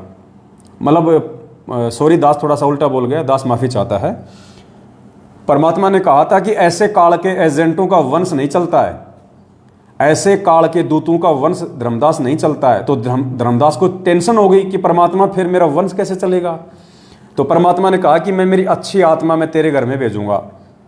उस समय धर्मदास जी लगभग 80 साल की उम्र के हो रहे थे, तो टेंशन हो गई। तो बोला धर्मदास कोई टेंशन नहीं है, मेरे आशीर्वाद से तेरे घर में एक आत्मा आएगी। परमात्मा ने उसी समय उनको दिखा भी दिया था उनके आंगन में कि 9 महीने बाद में ये आत्मा तुम्हारे जो है वो घर में आएगी, और ये मुक्तामणि होगा, ये चूड़ामणि होगा। मुक्तामणि को हो चाहे चूड़ामणि को हो, थे खुद वो कबीर परमात्मा ही, लेकिन लीला करते हैं परमेश्वर। क्योंकि ये सत भक्ति मंत्र देने का अधिकारी पृथ्वी पर और कोई नहीं होता है उस कबीर परमेश्वर के अलावा। इसलिए मुक्तामणि कहो या चूड़ामणि कहो, उस रूप में स्वयं कबीर परमात्मा ही आए थे। तो कहा धर्मदास मेरी उस आत्मा के माध्यम से तेरी 42 पीढ़ी चलेंगी, यानी मैं तुझे 42 पीढ़ी तक के वंश का आशीर्वाद देता हूं। परमात्मा ने कहा था कि 42 पीढ़ी तक तेरा वंश चलेगा। ध्यान से सुनना भगत जी, परमात्मा ने यह कहा था कि 42 पीढ़ी तक धर्मदास मेरे आशीर्वाद से तेरा वंश चलेगा, वंश चलेगा। ये नहीं कहा कि 42 पीढ़ी तक तेरे वंश वाले गुरुवाई करेंगे, महंताई करेंगे, आश्रम खोल खोल के दुनिया को मूर्ख बनाएंगे। नहीं, गुरुवाई का आदेश नहीं दिया, महंताई का आदेश नहीं दिया परमात्मा ने 42 पीढ़ी का। परमात्मा ने यह कहा था कि 42 पीढ़ी तक तेरा वंश चलेगा, उसके बाद तेरा वंश समाप्त हो जाएगा धर्मदास। जैसे रावण का कुल वंश समाप्त हो गया था ना, ऐसे तो वंश तो धर्मदास का चलेगा 42 पीढ़ी तक। तो 42 पीढ़ी तक यानी जब तक इस पृथ्वी पे परमात्मा का ज्ञान रहेगा। मालिक ने क्या कहा कि हजारों साल ये परमात्मा का ज्ञान चलेगा। तो हजारों साल तक जब तक इस परमेश्वर का ज्ञान चलेगा इस कलयुग में, तब तक धर्मदास जी के जो वंशज है वो रहेंगे। उनको परमात्मा मौका देगा कि वो समझ के और इस सत भक्ति मार्ग में आ जाएं और अपना आत्म कल्याण करवा लें। क्योंकि मालिक ने आशीर्वाद दिया हुआ है कि तेरी 42 पीढ़ी पार करूंगा। तो 42 पीढ़ी का समय जब तक गुरु जी का ज्ञान पृथ्वी पे चलेगा। अब जैसे आप कह रहे हो कि धर्मदास जी की 13वीं या 14वीं पीढ़ी चल रही है और टाइम बीत गया कितना, 650 साल का। 650 साल से धर्मदास जी की 13वीं या 14वीं पीढ़ी चलती आ रही है। तो 650 साल तक 13वीं या 14वीं पीढ़ी और 42 वंश का दिया आशीर्वाद, तो 15 पीढ़ी मान लेते हम। 650 साल तक चली धर्मदास की 15 पीढ़ी, अब आगे और 15 पीढ़ी, फिर 15, फिर 15, तो हजारों साल तक जो परमात्मा का ज्ञान चलेगा तब तक धर्मदास जी का वंश चलेगा। यानी परमात्मा धर्मदास के वंशजों को अपने उस आशीर्वाद के अनुसार जो धर्मदास जी से जो वायदा किया था परमात्मा ने कि तेरी 42 पीढ़ी को पार करूंगा, अगर वो पीढ़ी वाले धर्मदास जी के वंशज अगर सतगुरु रामपाल जी भगवान के द्वारा दी गई भक्ति को स्वीकार कर लेंगे तो उनका उद्धार हो जाएगा। परमात्मा की नाम की जो कलम है उनके वो चढ़ जाएगी। तो परमात्मा ने धर्मदास जी को केवल 42 पीढ़ी तक उसके वंश के चलने का आशीर्वाद दिया था। ये नहीं कहा था कि 42 पीढ़ी तक तेरे वंश वाले महंता ही करेंगे, ये गुरुवाई करेंगे। गुरुवाई तो केवल बस ये लास्ट हो गई, समझ लो। ये जो उदित नारायण है या ये उदित मुनि है, कौन है, बस इसके बाद तो अब संत रामपाल जी भगवान ही आएंगे। अब तो इन्हीं का चलेगा सारा सब कुछ जो भी चलेगा। तो अब आप सतगुरुदेव जी के मुख कमल से भी 10 मिनट का सत्संग है, ध्यान से सभी भाई बहन सुनिए और इन चीज़ों को पुण्यात्माओं समझने का प्रयास करें। क्योंकि परमात्मा कहते हैं कि करम भरम भारी लगे संसा सूल बबूल, डाली पानो डोलते परसत ना ही मूल। अगर मन में कोई शंका रहेगी जरा सी भी तो हम भक्ति नहीं कर पाएंगे। इसलिए शंका का सत्यानाश होना अति आवश्यक है। तो अभी दास आपको गुरुजी का सत्संग सुनाएगा और वो सत्संग आपको अच्छे से वो क्लियर कर देगा, आपके समझ में आ जाएगा कि परमात्मा ने धर्मदास जी को 42 पीढ़ी का आशीर्वाद केवल उसके वंश चलने का दिया था या 42 पीढ़ी तक उसके वंश को मेहनताई करने का आदेश दिया था। क्योंकि काल तो छठी पीढ़ी में घुस गया था। धर्मदास जी की मेहनताई तो छठी पीढ़ी में समाप्त हो गई थी, क्योंकि छठवीं पीढ़ी तक ही ये 5 मंत्र थे। छठी पीढ़ी के बाद तो जो टकसारी पंथ बताया परमात्मा ने, उसमें तो काल के दूत आ गए थे। उन्होंने उस पंथ वालों को भ्रमित कर दिया था कि तुम बात करते हो तुम सतलोक भेजने की और नाम दे रहे हो तुम ये काल के, ब्रह्मा विष्णु महेश के। तो उन्होंने उन मंत्रों को चेंज कर दिया था। तो मेहनताई कहो चाहे गुरुवाई कहो, ये तो छठी पीढ़ी में ही समाप्त हो चुकी थी। आज ये 13वीं 14वीं पीढ़ी आ रही है ना, ये तो खाली ये तो डले ढोरी है, कोई मतलब नहीं है, कोई मंत्र नहीं है इनके पास में, सब फर्जीवाड़ा है। छठी पीढ़ी तक ही था जो भी कुछ था, उसके बाद तो काल प्रवेश कर गया था। तो अब आप पूज्य गुरुदेव जी के मुख कमल से आप सुनेंगे तो आपके और अच्छे से समझ में आएगा।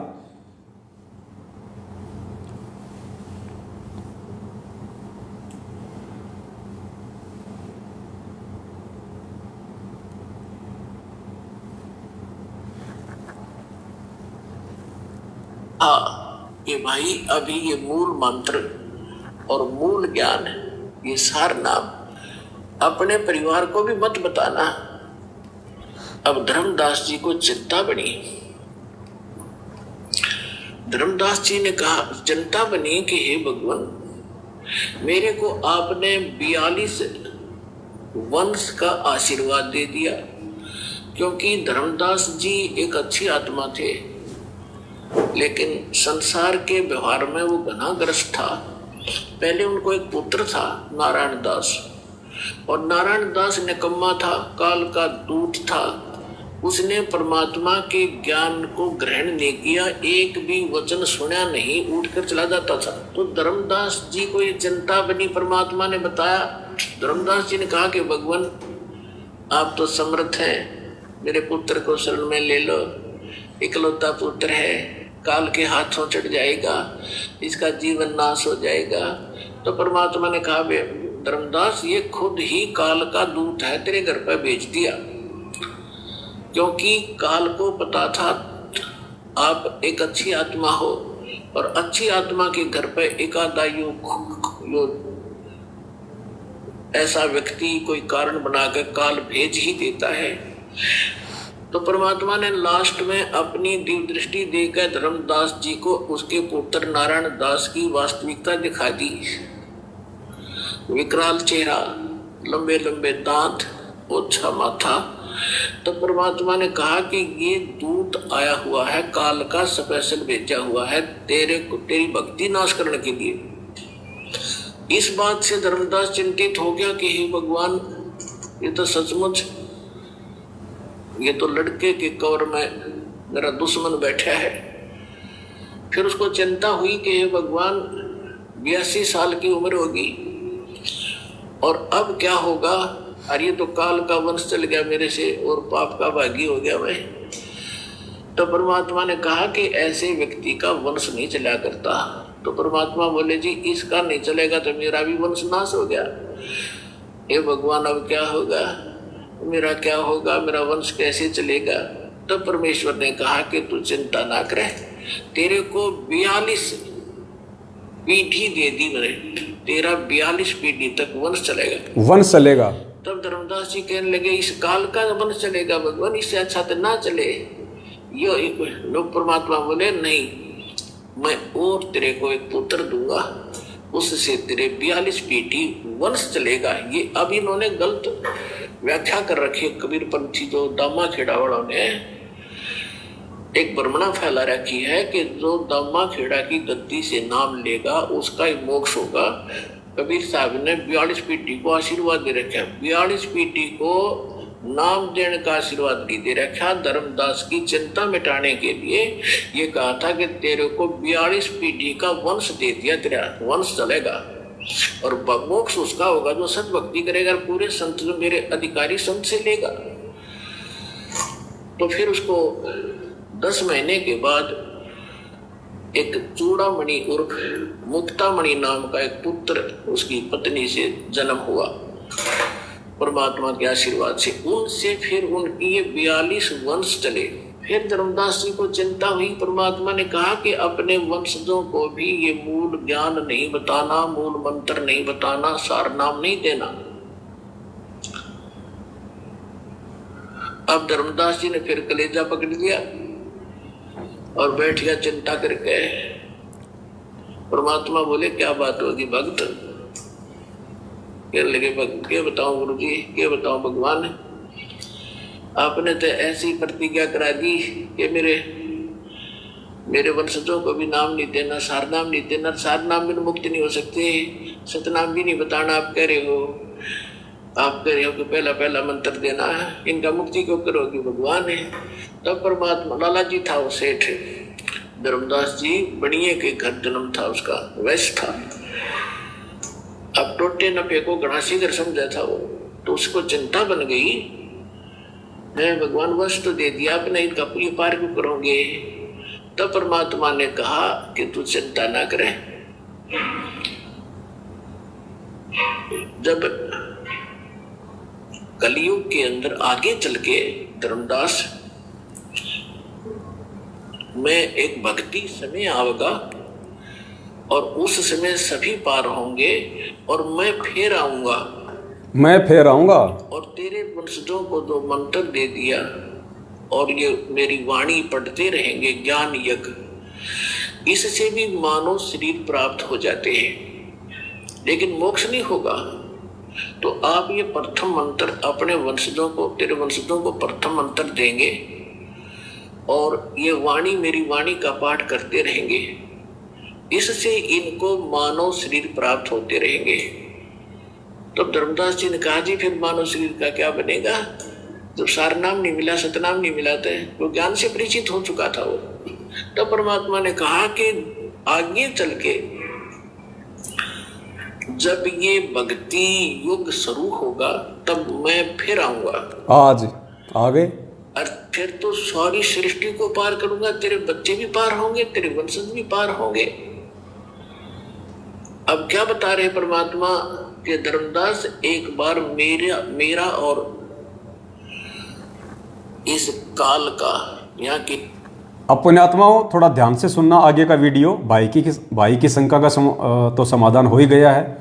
गुरुजी कह रहे हैं कि धर्मदास जी की 42 पीढ़ी को जो आशीर्वाद दिया था वो नाम देने के लिए नहीं दिया था, केवल वंश चलेगा, वो मरेंगे नहीं। 42 पीढ़ी तक तेरे पोता पोती पड़पोती दड़पोती सड़पोती नड़नोती वो होते रहेंगे। 42 पीढ़ी तक तेरा वंश चलेगा, उसके बाद तेरा वंश समाप्त हो जाएगा। तो 42 पीढ़ी तक उसके वंश के चलने का आशीर्वाद दिया था। ये नहीं कहा था कि 42 पीढ़ी तक लोग नाम देंगे, नाम वाले तो सब फैले हैं इनके।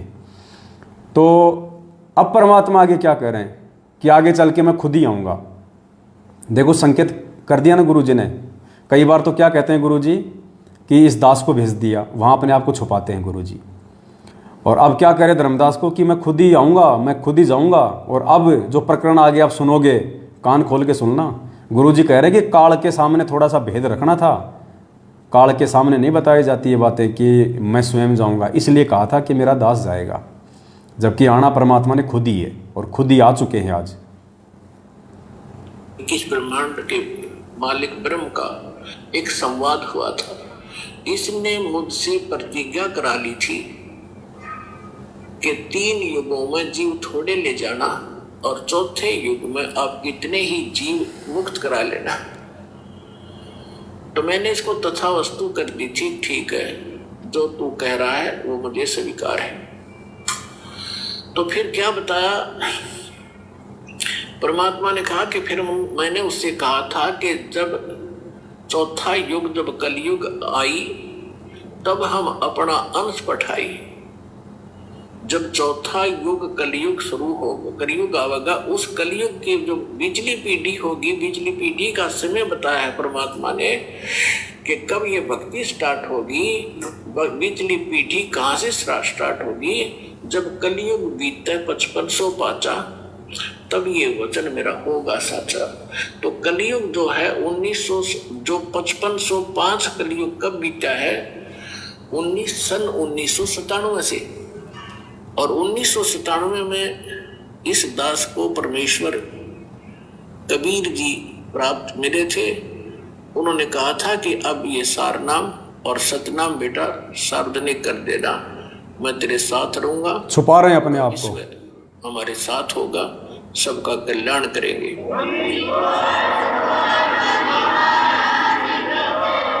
तो परमात्मा ने धर्मदास जी से कहा था कि धर्मदास के काल से मेरी वार्ता हुई थी, तब मैंने काल से कहा था कि विनती तोर मान में लीनी, कि जो तूने विनती की है काल के 3 युगों में जीव ना ले जाना, चौथे युग में 3 युगों में थोड़े जीव ले जाना, चौथा युग जब कलयुग आवे तब शरण जीव बहु जावे, ऐसा वचन हर मोह दीजे, तब गवन संसार ही कीजे। तब परमात्मा ने कहा था विनती तोर लीन में मानी, अब सुनना, मोह को ठगे काल अभिमानी। फिर परमात्मा ने कहा कि चौथा युग जब कलयुग आई तब हम अपना अंश पठाई। जब चौथा युग कलयुग आवेगा तब हम अपना अंश अपनी प्यारी आत्मा को भेजूंगा। अब उसको ये कहे कि मैं आऊंगा या ऐसे आऊंगा तो वो काल नहीं समझ पावा था। इसलिए परमात्मा कहते हैं सो छल छिद्र मैं करूं अपने जन के काज। तो क्या बताया था कि चौथा युग जब कलयुग आई तब हम अपना अंश पठाई। केवल परमात्मा ने काल को धोखा देने के लिए कि चौथा युग जब कलयुग आई तब हम अपना अंश पठाई। और फिर गुरु जी क्या करें, अगर काल को ये कहे कि मैं खुद ही जाऊंगा तो परमात्मा कहते हैं मालिक अपने आप को छुपाते हैं, सोचल छिद्र मैं करूं अपने जन के काज। तो पुण्यात्माओं, ये कबीर परमेश्वर आज इस पृथ्वी पे साक्षात सतगुरु रामपाल जी भगवान के चोले में प्रकट है। अच्छी आत्माओं ने तो जान लिया है, पहचान लिया है, बाकी मूर्खों की हम कह नहीं सकते। अब देखो आपको एक छोटा सा सत्संग सुनाते हैं गुरु जी का 1 मिनट का। देखो ये संकेत हैं, हमने संकेत ही समझने पड़ेंगे। परमात्मा संकेत ही करेगा क्योंकि परमेश्वर भी एग्रीमेंट में बंधे हुए हैं। काल भगवान के साथ परमेश्वर का एग्रीमेंट है। परमात्मा खुल के नहीं कहेगा कि मैं कबीर हूं, मैं कबीर हूं। अगर परमात्मा आज स्वयं अपने आप को परमात्मा कह दे, सतगुरु रामपाल जी भगवान यदि 1994 से ये कहते कि मैं हूं वो कबीर परमात्मा जो 650 साल पहले आया था, और भाई आज मैं फिर से आ गया हूं पूरी दुनिया को ज्ञान और नाम देने के लिए, मैं हूं कबीर परमात्मा, तो पुण्यात्मा विचार करो कबीर जी का ठेका लेके कितने संत महंत बैठे हैं यहाँ पे हिंदुस्तान में। सैकड़ों की संख्या में लोगों ने कबीर आश्रम खोल रखे हैं। धर्मदास की जो गद्दी वाले उन्होंने ठेका ले रखा है कि कबीर जी तो हमारे हैं, हम हैं उनके उत्तराधिकारी। अगर गुरु जी कह दें कि मैं कबीर हूं तो पुण्यात्माओं गुरु जी के ऊपर सैकड़ों मुकदमे गुरु जी के ऊपर डाल दिए गए होते आज तक कि ये अपने आप को कबीर कहता है, ये कबीर कहता है। सैकड़ों मुकदमे। तो सोचो पुण्यात्माओं, परमात्मा उन सैकड़ों मुकदमों की तारीखें भुगतते या हमारे लिए आश्रम में बैठ के सत्संग करते। ये भी एक कारण है जिस कारण परमात्मा अपने आप को कबीर होते हुए भी छुपाता है और फिर आप और हमारे जैसे भक्तों की सेवा लगा देता है परमात्मा ज्ञान आधार से, सत्संगों से निष्कर्ष निकाल के समझाने की कि असल में वो कबीर परमेश्वर कौन है। अब क्या कह रहे हैं परमात्मा, इस सत्संग को ध्यान से सुनो पुण्यात्माओं। एक बार आप ये सत्संग सुनिए, फिर दास आपको बताएगा। क्योंकि वहां देखो विकार सभी में है। 21 ब्रह्मांड में कोई भी प्राणी विकार रहित नहीं है, चाहे को कितनी बात बनावे। क्या कह रहे हैं गुरुजी? अगर आपने गौर से सुना हो तो गुरुजी क्या कह रहे हैं? 21 ब्रह्मांड में कोई भी ऐसा प्राणी नहीं है जो विकार रहित हो, यानी विकार सबके अंदर हैं। अगर हम गुरुजी को एक प्राणी मान के चलें, कबीर जी का भेजा हुआ दास मान के चलें, हम गुरुजी को मानुष मान के चलें, जैसा कि सतलोक आश्रम मैनेजमेंट हरियाणा मानता है, गुरुदेव का कलयुगी परिवार उनको मानुष मानता है, आम व्यक्ति मानता है, आम संत मानता है, उनको माँ के गर्भ से जन्म लेके आया हुआ मानता है मैनेजमेंट, गुरुजी का परिवार। तो सत्संग में क्या कह रहे हैं गुरुजी कि पुण्यात्माओं, 21 ब्रह्मांड में कोई भी प्राणी, ये प्राणी शब्द ध्यान रखना, गुरुदेव कह रहे हैं कि 21 ब्रह्मांड में कोई भी प्राणी विकार रहित नहीं है, यानी सबके अंदर विकार है, जितने भी प्राणी 21 ब्रह्मांड में है। अगर गुरुजी भी यदि एक प्राणी हैं तो गुरुजी भी विकार युक्त हुए, अगर गुरुजी भी यदि एक प्राणी हैं तो गुरुजी भी विकार युक्त हुए, क्योंकि स्वयं कह रहे हैं कि 21 ब्रह्मांड में कोई भी प्राणी विकार रहित नहीं है, अर्थात सबके अंदर विकार हैं। अगर गुरुजी को भी यदि हम एक प्राणी मान के चलें, मानुष मान के चलें, माँ के गर्भ से जन्म लिया हुआ एक यदि प्राणी मान के चलें मैनेजमेंट की तरह, तो गुरुजी भी विकार युक्त हुए। अब बताइए, जो खुद विकार युक्त है वो दूसरे का कहां से मोक्ष करवा देगा? बता दीजिए। इसलिए ये परमेश्वर अपने आप को छुपाता है, अपने आप को हमारी श्रेणी में रख के कहता है, अपने आप को काल भगवान से छुपाते हुए और अपने आप को आप और हमारी श्रेणी में शामिल करते हुए, जीव संज्ञा में शामिल करते हुए, ताकि हम परमेश्वर की पहचान ज्ञान से करें, उनके उन शब्दों से पहचान ना करें जो गुरुजी कहते हैं कि हम तो 2 कोटि के जीव हैं, हम सब 650 साल पहले फैल हो गए थे, हम सारे के सारे परमात्मा के दोषी हैं। परमात्मा हमें समझाने के लिए हमारे जैसे बन के परमात्मा सत्संग करते हैं और हम उनको अपने जैसा ही समझ लेते हैं, मूर्खता के चलते। तो इस सत्संग के अनुसार जिसमें परमेश्वर कह रहे हैं, जिसको आप ध्यान से सुनिए एक बार दोबारा, क्योंकि वहां देखो विकार सभी में है। 21 ब्रह्मांड में कोई भी प्राणी विकार रहित नहीं है, चाहे को कितनी बात बढ़ावे। गुरुजी भी अगर एक प्राणी हैं तो गुरुजी भी विकार युक्त हो गए। अब बताओ, जो स्वयं विकार युक्त है वो हमारे विकारों को कहां से छुड़वा देगा? वो हमें सतलोक कहां से पहुंचा देगा? हमें पार कहां से करवा देगा? इसलिए पुण्यात्माओं, ये परमात्मा है, ये सारी सृष्टि का रचनहार है, ये बंदी छोड़ कबीर परमेश्वर हैं, ये जगत गुरु हैं, जगत के दाता हैं, ये जगदीश हैं, तीनों लोकों में प्रवेश करके सबका भरण पोषण करने वाले ये पूर्ण परमात्मा है, कबीर देव हैं। और इस बात को केवल वही आत्मा जान पाएंगी, पहचान पाएंगी जो इस परमेश्वर के वर्तमान में असली मोक्ष के अधिकारी होंगे, बाकी नहीं जान पाएंगे। परमात्मा भीड़ के लिए नहीं आता, परमात्मा यहाँ पे कबाड़ को इकट्ठा करने नहीं आता। परमात्मा कहते हैं, गोता मारूं स्वर्ग में, जा बैठूं पाताल, गरीबदास ढूंढता फिरूं अपने हीरे मोती लाल। तो पुण्यात्माओं, ये जो समय है वर्तमान में जो परमात्मा ने आप और हमें दिया है, बहुत अनमोल समय है। इस समय का कोई वार एंड पार नहीं है। और जो व्यक्ति इस समय को चूक गया, इस समय को चूकने का मतलब अपने गुरुजी को मानुष मान के, जो अपने गुरुजी को अपने जैसा मानुष मान के, जो गरीबदास जी भी कहते हैं कि गुरु को मानुष जो गिने और चरणामृत को पान, ते नर नरक में जाएंगे, जन्म जन्म बने समान। कुत्ते बनेंगे वो कुत्ते बनेंगे जो अपने गुरुजी को मानुष मानते हैं अपने जैसा, और उनके चरणों का चरणामृत भी पीते हैं। कहते हैं ऐसे भगत नाम लेने के बाद भी वो कुत्ते बनेंगे। गुरु को मानुष जो गिने और करे चरणा अमृत को पान, ते नर नरक में जाएंगे, युग युग बने समान।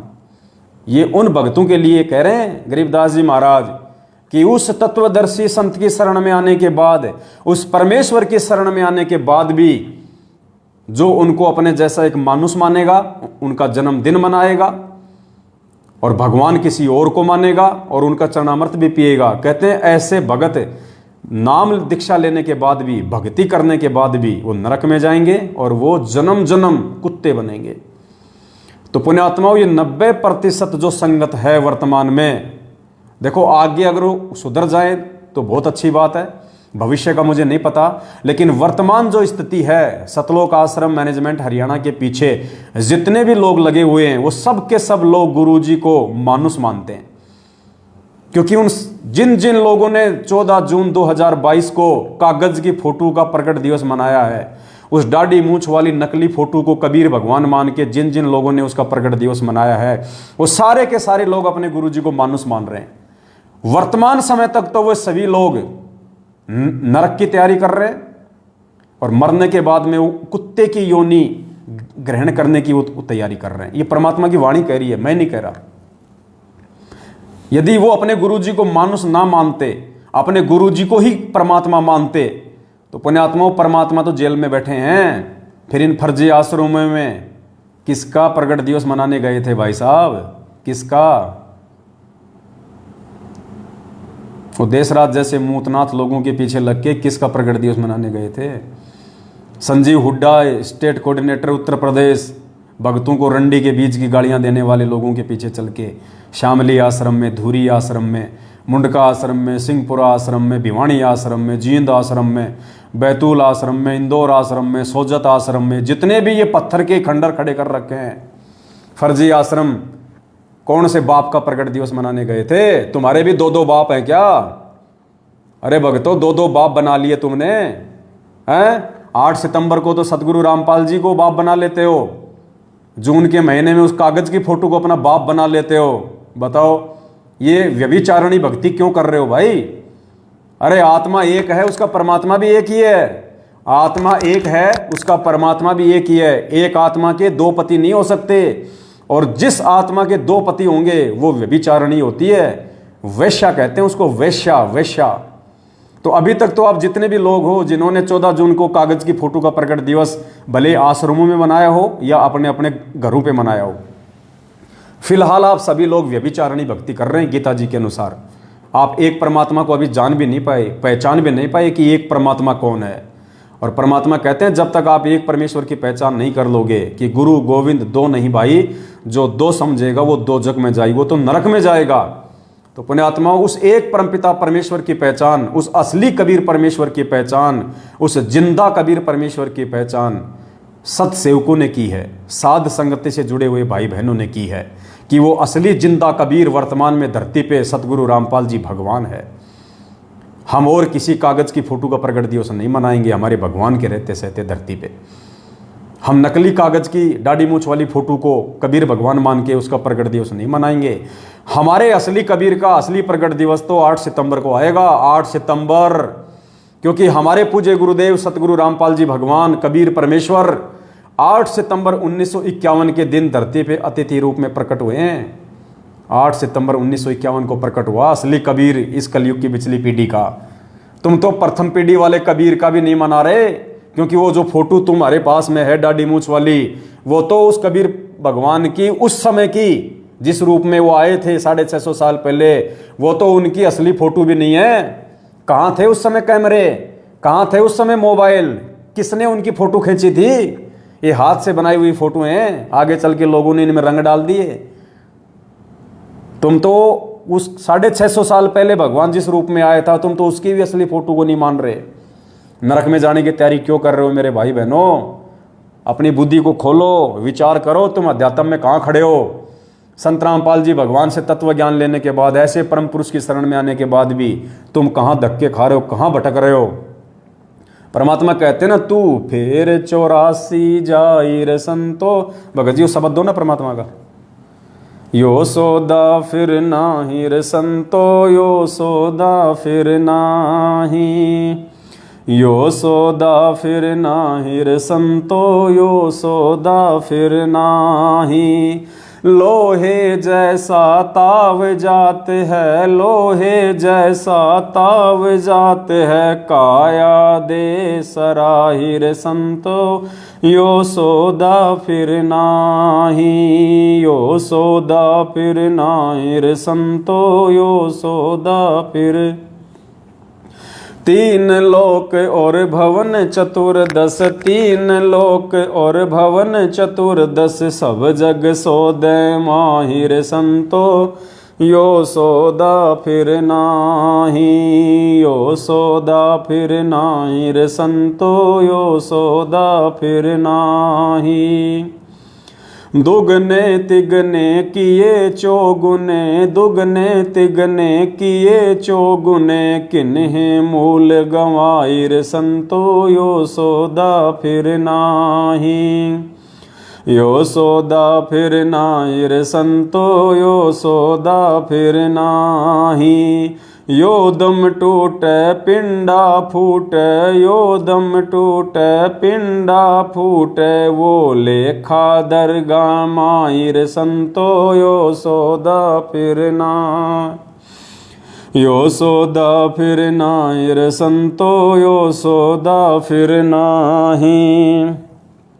उस दरगाह में मार पड़ेगी, उस दरगाह में मार पड़ेगी, जम पकड़ेंगे बाहिर संतो, यो सौदा फिर नाही। यो सौदा फिर नाही रे संतो, यो सौदा फिर नाही। जा दिन की मोहे डर नी लागे, जा दिन की मोहे डर नी लागे, लज्जा रे अकनाई रे संतो, यो सौदा फिर नाही। यो सौदा फिर नाही रे संतो, यो सौदा फिर नाही। अब क्या कह रहे हैं परमात्मा, ध्यान से सुनिए। नर नारायण दे पाय कर, नर नारायण दे पाय कर, तू फिर 84 में जाई रे संतो, यो सौदा फिर। तू फिर 84 में जाई रे संतो, यो सौदा फिर नाही। परमात्मा कहते नर नारायण दे पाय कर, तू फिर 84 में जाई। तो पुण्यात्माओं, ये नर नारायण दे प्राप्त करके और सतगुरु रामपाल जी भगवान उस नारायण की शरण प्राप्त करके और इतना ज्ञान लेके उस एक परमात्मा की पहचान ना करके और असली जिंदा कबीर सतगुरु रामपाल जी भगवान के प्रकट होते सहते और अपनी मूर्खता के चलते, अपनी ना समझी, अपनी अज्ञानता के चलते उस कागज की फोटो को, डाडी मूछ वाली फोटो को कबीर परमात्मा मान के तुम उसको भगवान मान रहे हो, उसको भोग लगा रहे हो, तुम उसका प्रकट दिवस मना रहे हो। कहते हैं तू फिर 84 में जाई रे संतो, यो सौदा फिर नहीं। तो पुण्यात्मा उदास की प्रार्थना है सभी भाई बहनों से, बाद में रोगे लेकिन ये समय वापस मुड़ के नहीं आएगा, ये समय वापस मुड़ के नहीं आएगा। ये सात संगति की वीडियो परमात्मा आने वाली आत्माओं के लिए बनवा रहे हैं, जो हजारों साल ये मार्ग चलेगा परमात्मा का। जब तक गुरुदेव के सत्संग चलेंगे, जब तक ये साइंस चलेगी, ये यूट्यूब चलेगा, तब तक ये सात संगति के वीडियो चलेंगे, ये शंका समाधान के वीडियो चलेंगे। क्योंकि माँ के पेट से जन्म लेते ही आदमी इस ज्ञान को नहीं समझ लेगा। जैसे हम लोगों ने धीरे धीरे समझा, ऐसे ही बाकी के लोग धीरे धीरे समझेंगे। तो ये वीडियो परमेश्वर के सत्संगों के पीछे पीछे चलेंगे शंका समाधान के लिए। लेकिन सौभाग्यशाली आत्मा वो होंगी वर्तमान में जो आज ही चेत जाएंगी, आज ही जाग जाएंगी। क्योंकि आने वाले समय में तो केवल भक्ति का रंग चढ़ेगा, परमात्मा केवल भक्ति की कलम चढ़ाएगा। पार होने का जो मौका है, मोक्ष प्राप्त करने का जो मौका है, सतलोक में जाने का जो मौका है, सदा सदा के लिए 184 से पीछा छुड़ाने का जो मौका है, वो केवल तब तक है जब तक सतगुरु रामपाल जी भगवान के चरण कमल संत रूप में, गुरु रूप में इस पृथ्वी पे हैं।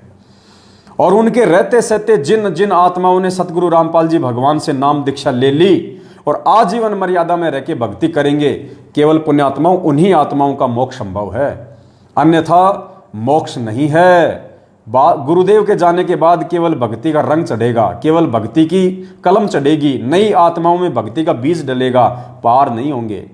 अरे जब आज गुरु जी के रहते सहते हम पार नहीं हो पाएंगे तो गुरु जी के जाने के बाद कहां से पार हो जाएंगे। स्कूल में कोई बच्चा टीचर के रहते सहते पढ़ाई नहीं कर रहा है तो टीचर के जाने के बाद क्या खाक डिसिप्लिन में रहेगा, क्या खाक वो पढ़ाई करेगा।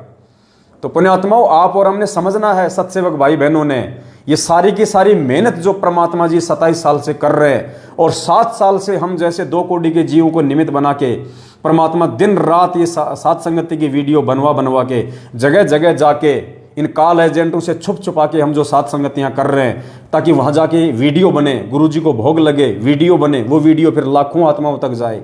ये मेहनत सिर्फ और सिर्फ परमात्मा आप और हम जैसे हीरे मोती लालों के लिए करवा रहा है।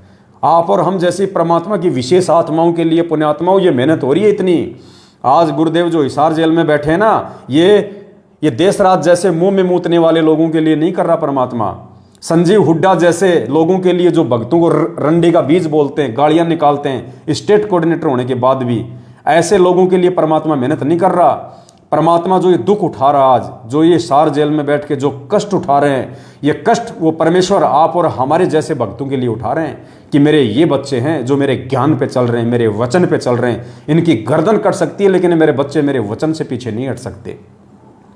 ये सीता की तरह नहीं है जो राम के कहने के बाद भी लक्ष्मण रेखा को लांघ जाएगी।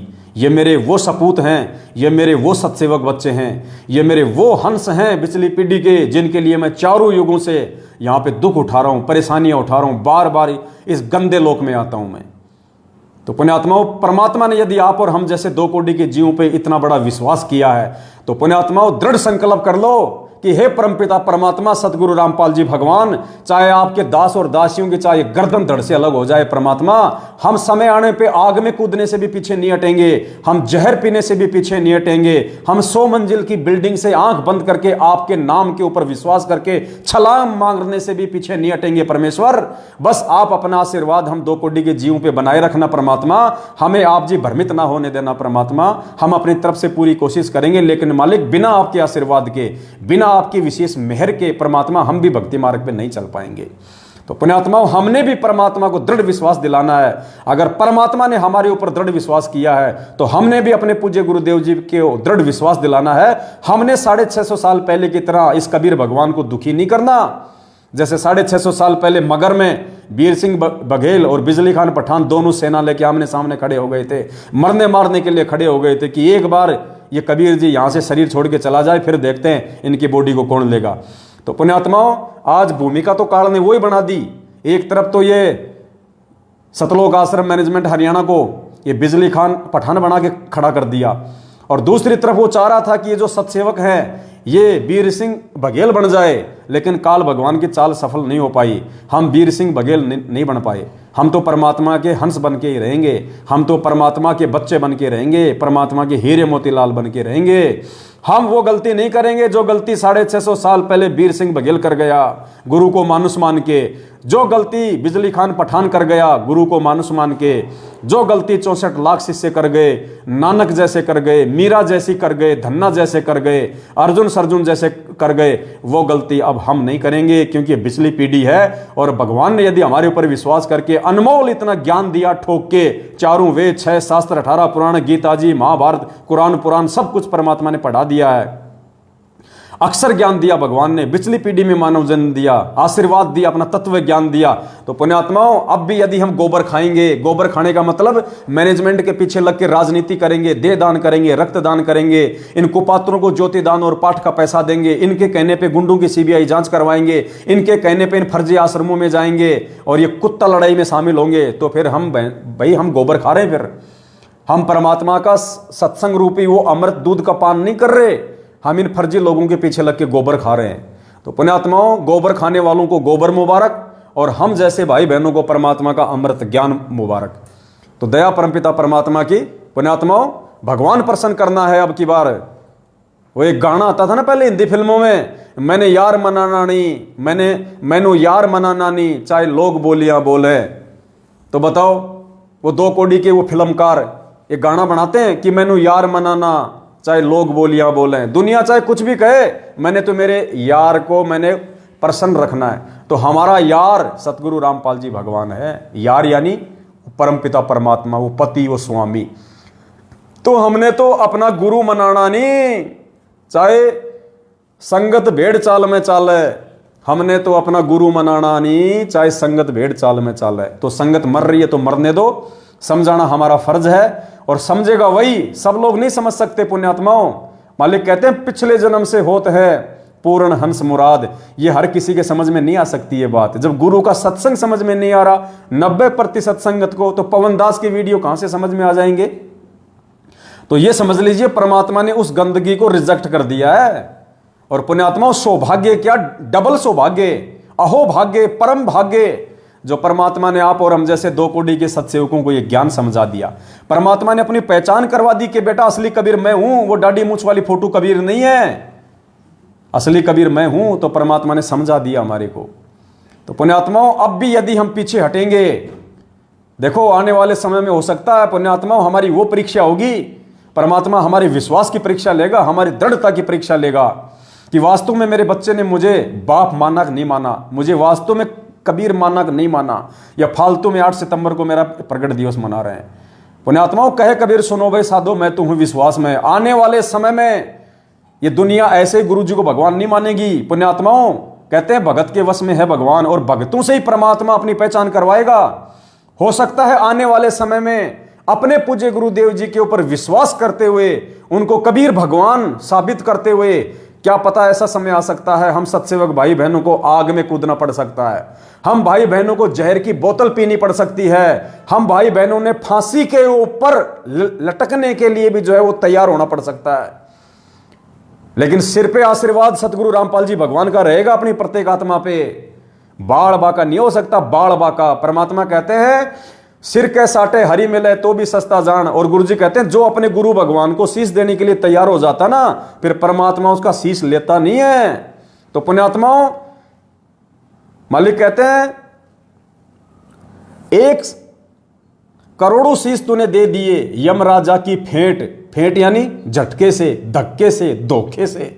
ये काल भगवान अनंत युगों से गधा कुत्ता सुअर बना के, सैनिक बना के हमारे शीश कटवा रहा है। तो कहते हैं करोड़ों शीश तूने दे दिए यमराजा की फेंट, और 1 शीश दे के देख ले सतगुरु अपने की भेंट, यानी प्यार से तो 1 सिर अपने गुरुदेव को दे दे। अरे क्या पता कल को एक्सीडेंट हो जाए, कितने लोग मरते हैं गाड़ियों में, गर्दन कट जाती है, फालतू में मर गए ना। और जब वो समय आएगा गुरुजी कहेंगे बेटा कूद जा आग में, अरे गुरुदेव बोलने की जरूरत नहीं थी, मालिक आप तो इशारा कर देते कि बेटा जाओ। परमात्मा इतना ही काफी था हम नीचों के लिए, आपके कुत्तों के लिए केवल संकेत ही काफी था। पुण्यात्मा इतने दृढ़ रहना हमारे को, अगर भगवान कह दे बेटा ये सामने जहर की बोतल है पी जा, हमने पानी समझ के पी लेना है कि बस प्यास बुझ गई, जैसे मीरा ने पी लिया था। अरे जो मीरा के जहर को अमृत बना देगा, आज तो धरती पे प्रकट है साक्षात, अपने असली रूप में धरती पे प्रकट है। गुरु का वचन साध की संगत अजर अमर घर पावे, कहे कबीर सुनो रे गोरख हम सबको तत्व लखावे। तो पुण्यात्माओं साध संगतियों से दृढ़ हो जाओ, दृढ़। परमात्मा कहते हैं जय तू चाले 1 कदम मैं चालू कदम 60, जय तू हो जा काठ का मैं हो जाऊं लोहे की लाठ। भगवान मिला हमें, कोई छोटा मोटा संत नहीं मिला, पूर्ण परमात्मा मिल गया अब की बार। अहो भाग्य, लाखों साल तक ऋषि मुनि अपना शरीर गाड़ के मर गए तपस्या कर करके, काल ने भी दर्शन नहीं दिए, और यहां साक्षात परमात्मा आके खड़ा हो गया फ्री में। तो पुण्यात्माओं फ्री की लूट तो लूट लेनी चाहिए आदमी को। फ्री की लूट में कौन पीछे रहता है, जब भगवान वाली लूट पड़ी हो तो दृढ़। जिस दिन गुरु जी का संकेत हो जाए, या जिस दिन वो समय आ जाए हमारे गुरु जी पे कोई उंगली उठे और ऐसा कोई मैदान, कोई खेल का कोई मांड दे और कह दे कि आ जाओ, कौन कौन है जिनको अपने गुरुओं पे विश्वास है, दिखाओ यहां पे। पर सबसे पहले संत रामपाल जी भगवान के सत्सेवक आगे होने चाहिए। हाँ भाई आ गए हैं बंदी छोड़ पे विश्वास करके, बोलो जी क्या काम है बताओ, कूदो, ये कूदे, ये ले। दुनिया देखिए यार ये तो ऐसे कैसे निकल गए आगे से, इनका तो बाल भी पाका नहीं हो रहा, इनका तो एक बाल भी नहीं जल रहा, और ये तो हंसते खेलते जा रहे हैं, इनको कोई टेंशन ही नहीं, ये इंसान है कोई दूसरे कोई प्लानेट से आए हुए प्राणी है। ऐसा होना चाहिए, डर नहीं होना बिल्कुल भी। आग क्या आग का बाप आ जाए सामने है, आग क्या आग का बाप आ जाए। अरे मुस्लिम धर्म में बहुत सारे ऐसे पैगंबर हुए, आपने सुलेमान का नाम सुना होगा। सुलेमान, ऐसी परीक्षा थी उसकी आग में कूदने की, जलती हुई आग में कूदने की। वो पैगंबर था, आग में कूद गया अल्लाह पे विश्वास करके, परमात्मा पे विश्वास करके। जबकि आग उसको क्या कह रही थी, आग वो हवा, जब उसका आग में कूदने का समय आया ना तो हवा ने क्या कहा पता है, बोला तू मेरी शरण में आ जा, तू मेरी शरण में आ जा, मैं इस आग को अपनी तासीर से मैं इसको ठंडा कर दूंगी, तेरे को आंच भी नहीं आएगी। लेकिन सुलेमान ने कहा कि नहीं, मेरे अल्लाह का वचन है, मैं किसी और की शरण में नहीं आ सकता वरना मैं काफिर हो जाऊंगा। मैं दूसरे की शरण में जाने की सोच भी नहीं सकता। अगर मेरे अल्लाह का आदेश है, मेरे परमात्मा का आदेश है, तो मुझे मरना स्वीकार, मैं आगे में कूदूंगा, लेकिन दूसरे की शरण ग्रहण नहीं करूंगा। तो पुण्यात्मा, इसलिए परमात्मा कहते हैं 100 वर्ष सतगुरु की पूजा, एक दिन आन उपासी, वो अपराधी आत्मा फिर पड़े काल की फांसी। और इसीलिए परमात्मा कहते हैं, मालिक का वचन है ना, कौन सा शब्द है भगत जी? लागी का मार्ग और है, कोई देखो सत्संग करके। देना कहाँ है? लागी का मार्ग और है, कोई देखो सत्संग करके। ये 6 महीने में बीजेपी, 6 महीने में कांग्रेस करने वाले, ये मैनेजमेंट के इशारे पे अपना खून निकलवाने वाले, ये क्या आगे में कूदेंगे पुण्यात्मा? ये क्या जहर पिएंगे उस समय? इनका आज इनका अपना परिवार ही संभलने में नहीं आ रहा। आपस में इतना राग द्वेष, ईर्ष्या, लड़ाई झगड़े, मियाँ बीबी के बच्चों के साथ में आए दिन अकाल मौत मर रहे हैं। कोरोना में मर गए हजारों की संख्या में। भगवान ने एक छोटी सी बीमारी से इनको नहीं बचाया। इनके सारनामी सतनामी लोग हजारों की संख्या में कोरोना से तड़प तड़प के मर गए। सोचो, उस पूर्ण परमात्मा ने जब इनको छोटी सी एक बीमारी से, कोरोना वायरस से नहीं बचाया, अब उस समय परमात्मा क्या रक्षा करेगा इनका? जब वो आपत्तियों का समय आएगा आने वाले समय में, उस समय परमात्मा अपनी विशेष आत्माओं की रक्षा करता है। और विशेष आत्मा वो होती है जो गुरु जी के वचन पे चलती है। तो गुरु जी के वचन पे ये सत्सेवक चले भाई।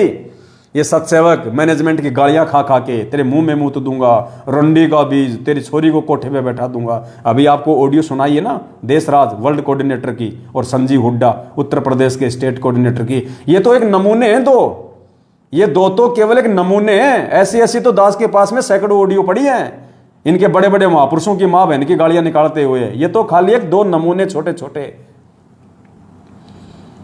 तो चलो, शब्द फिर कभी परमात्मा दया बख्शेंगे, कभी साथ संगति में बैठेंगे, तब परमात्मा शब्द की दया करेंगे।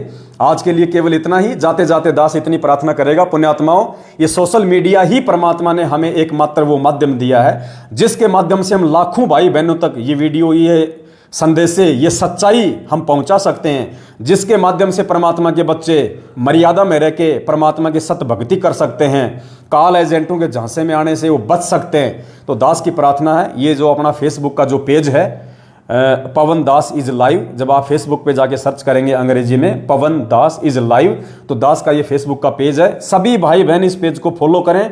अभी तक यदि किसी ने फॉलो नहीं किया है तो पेज को फॉलो कर लें, और फॉलो करने के साथ में उसको लाइक करें। और एक वो बेल आइकन है, एक वो घंटी का निशान है, उसको भी आप जी दबा दें।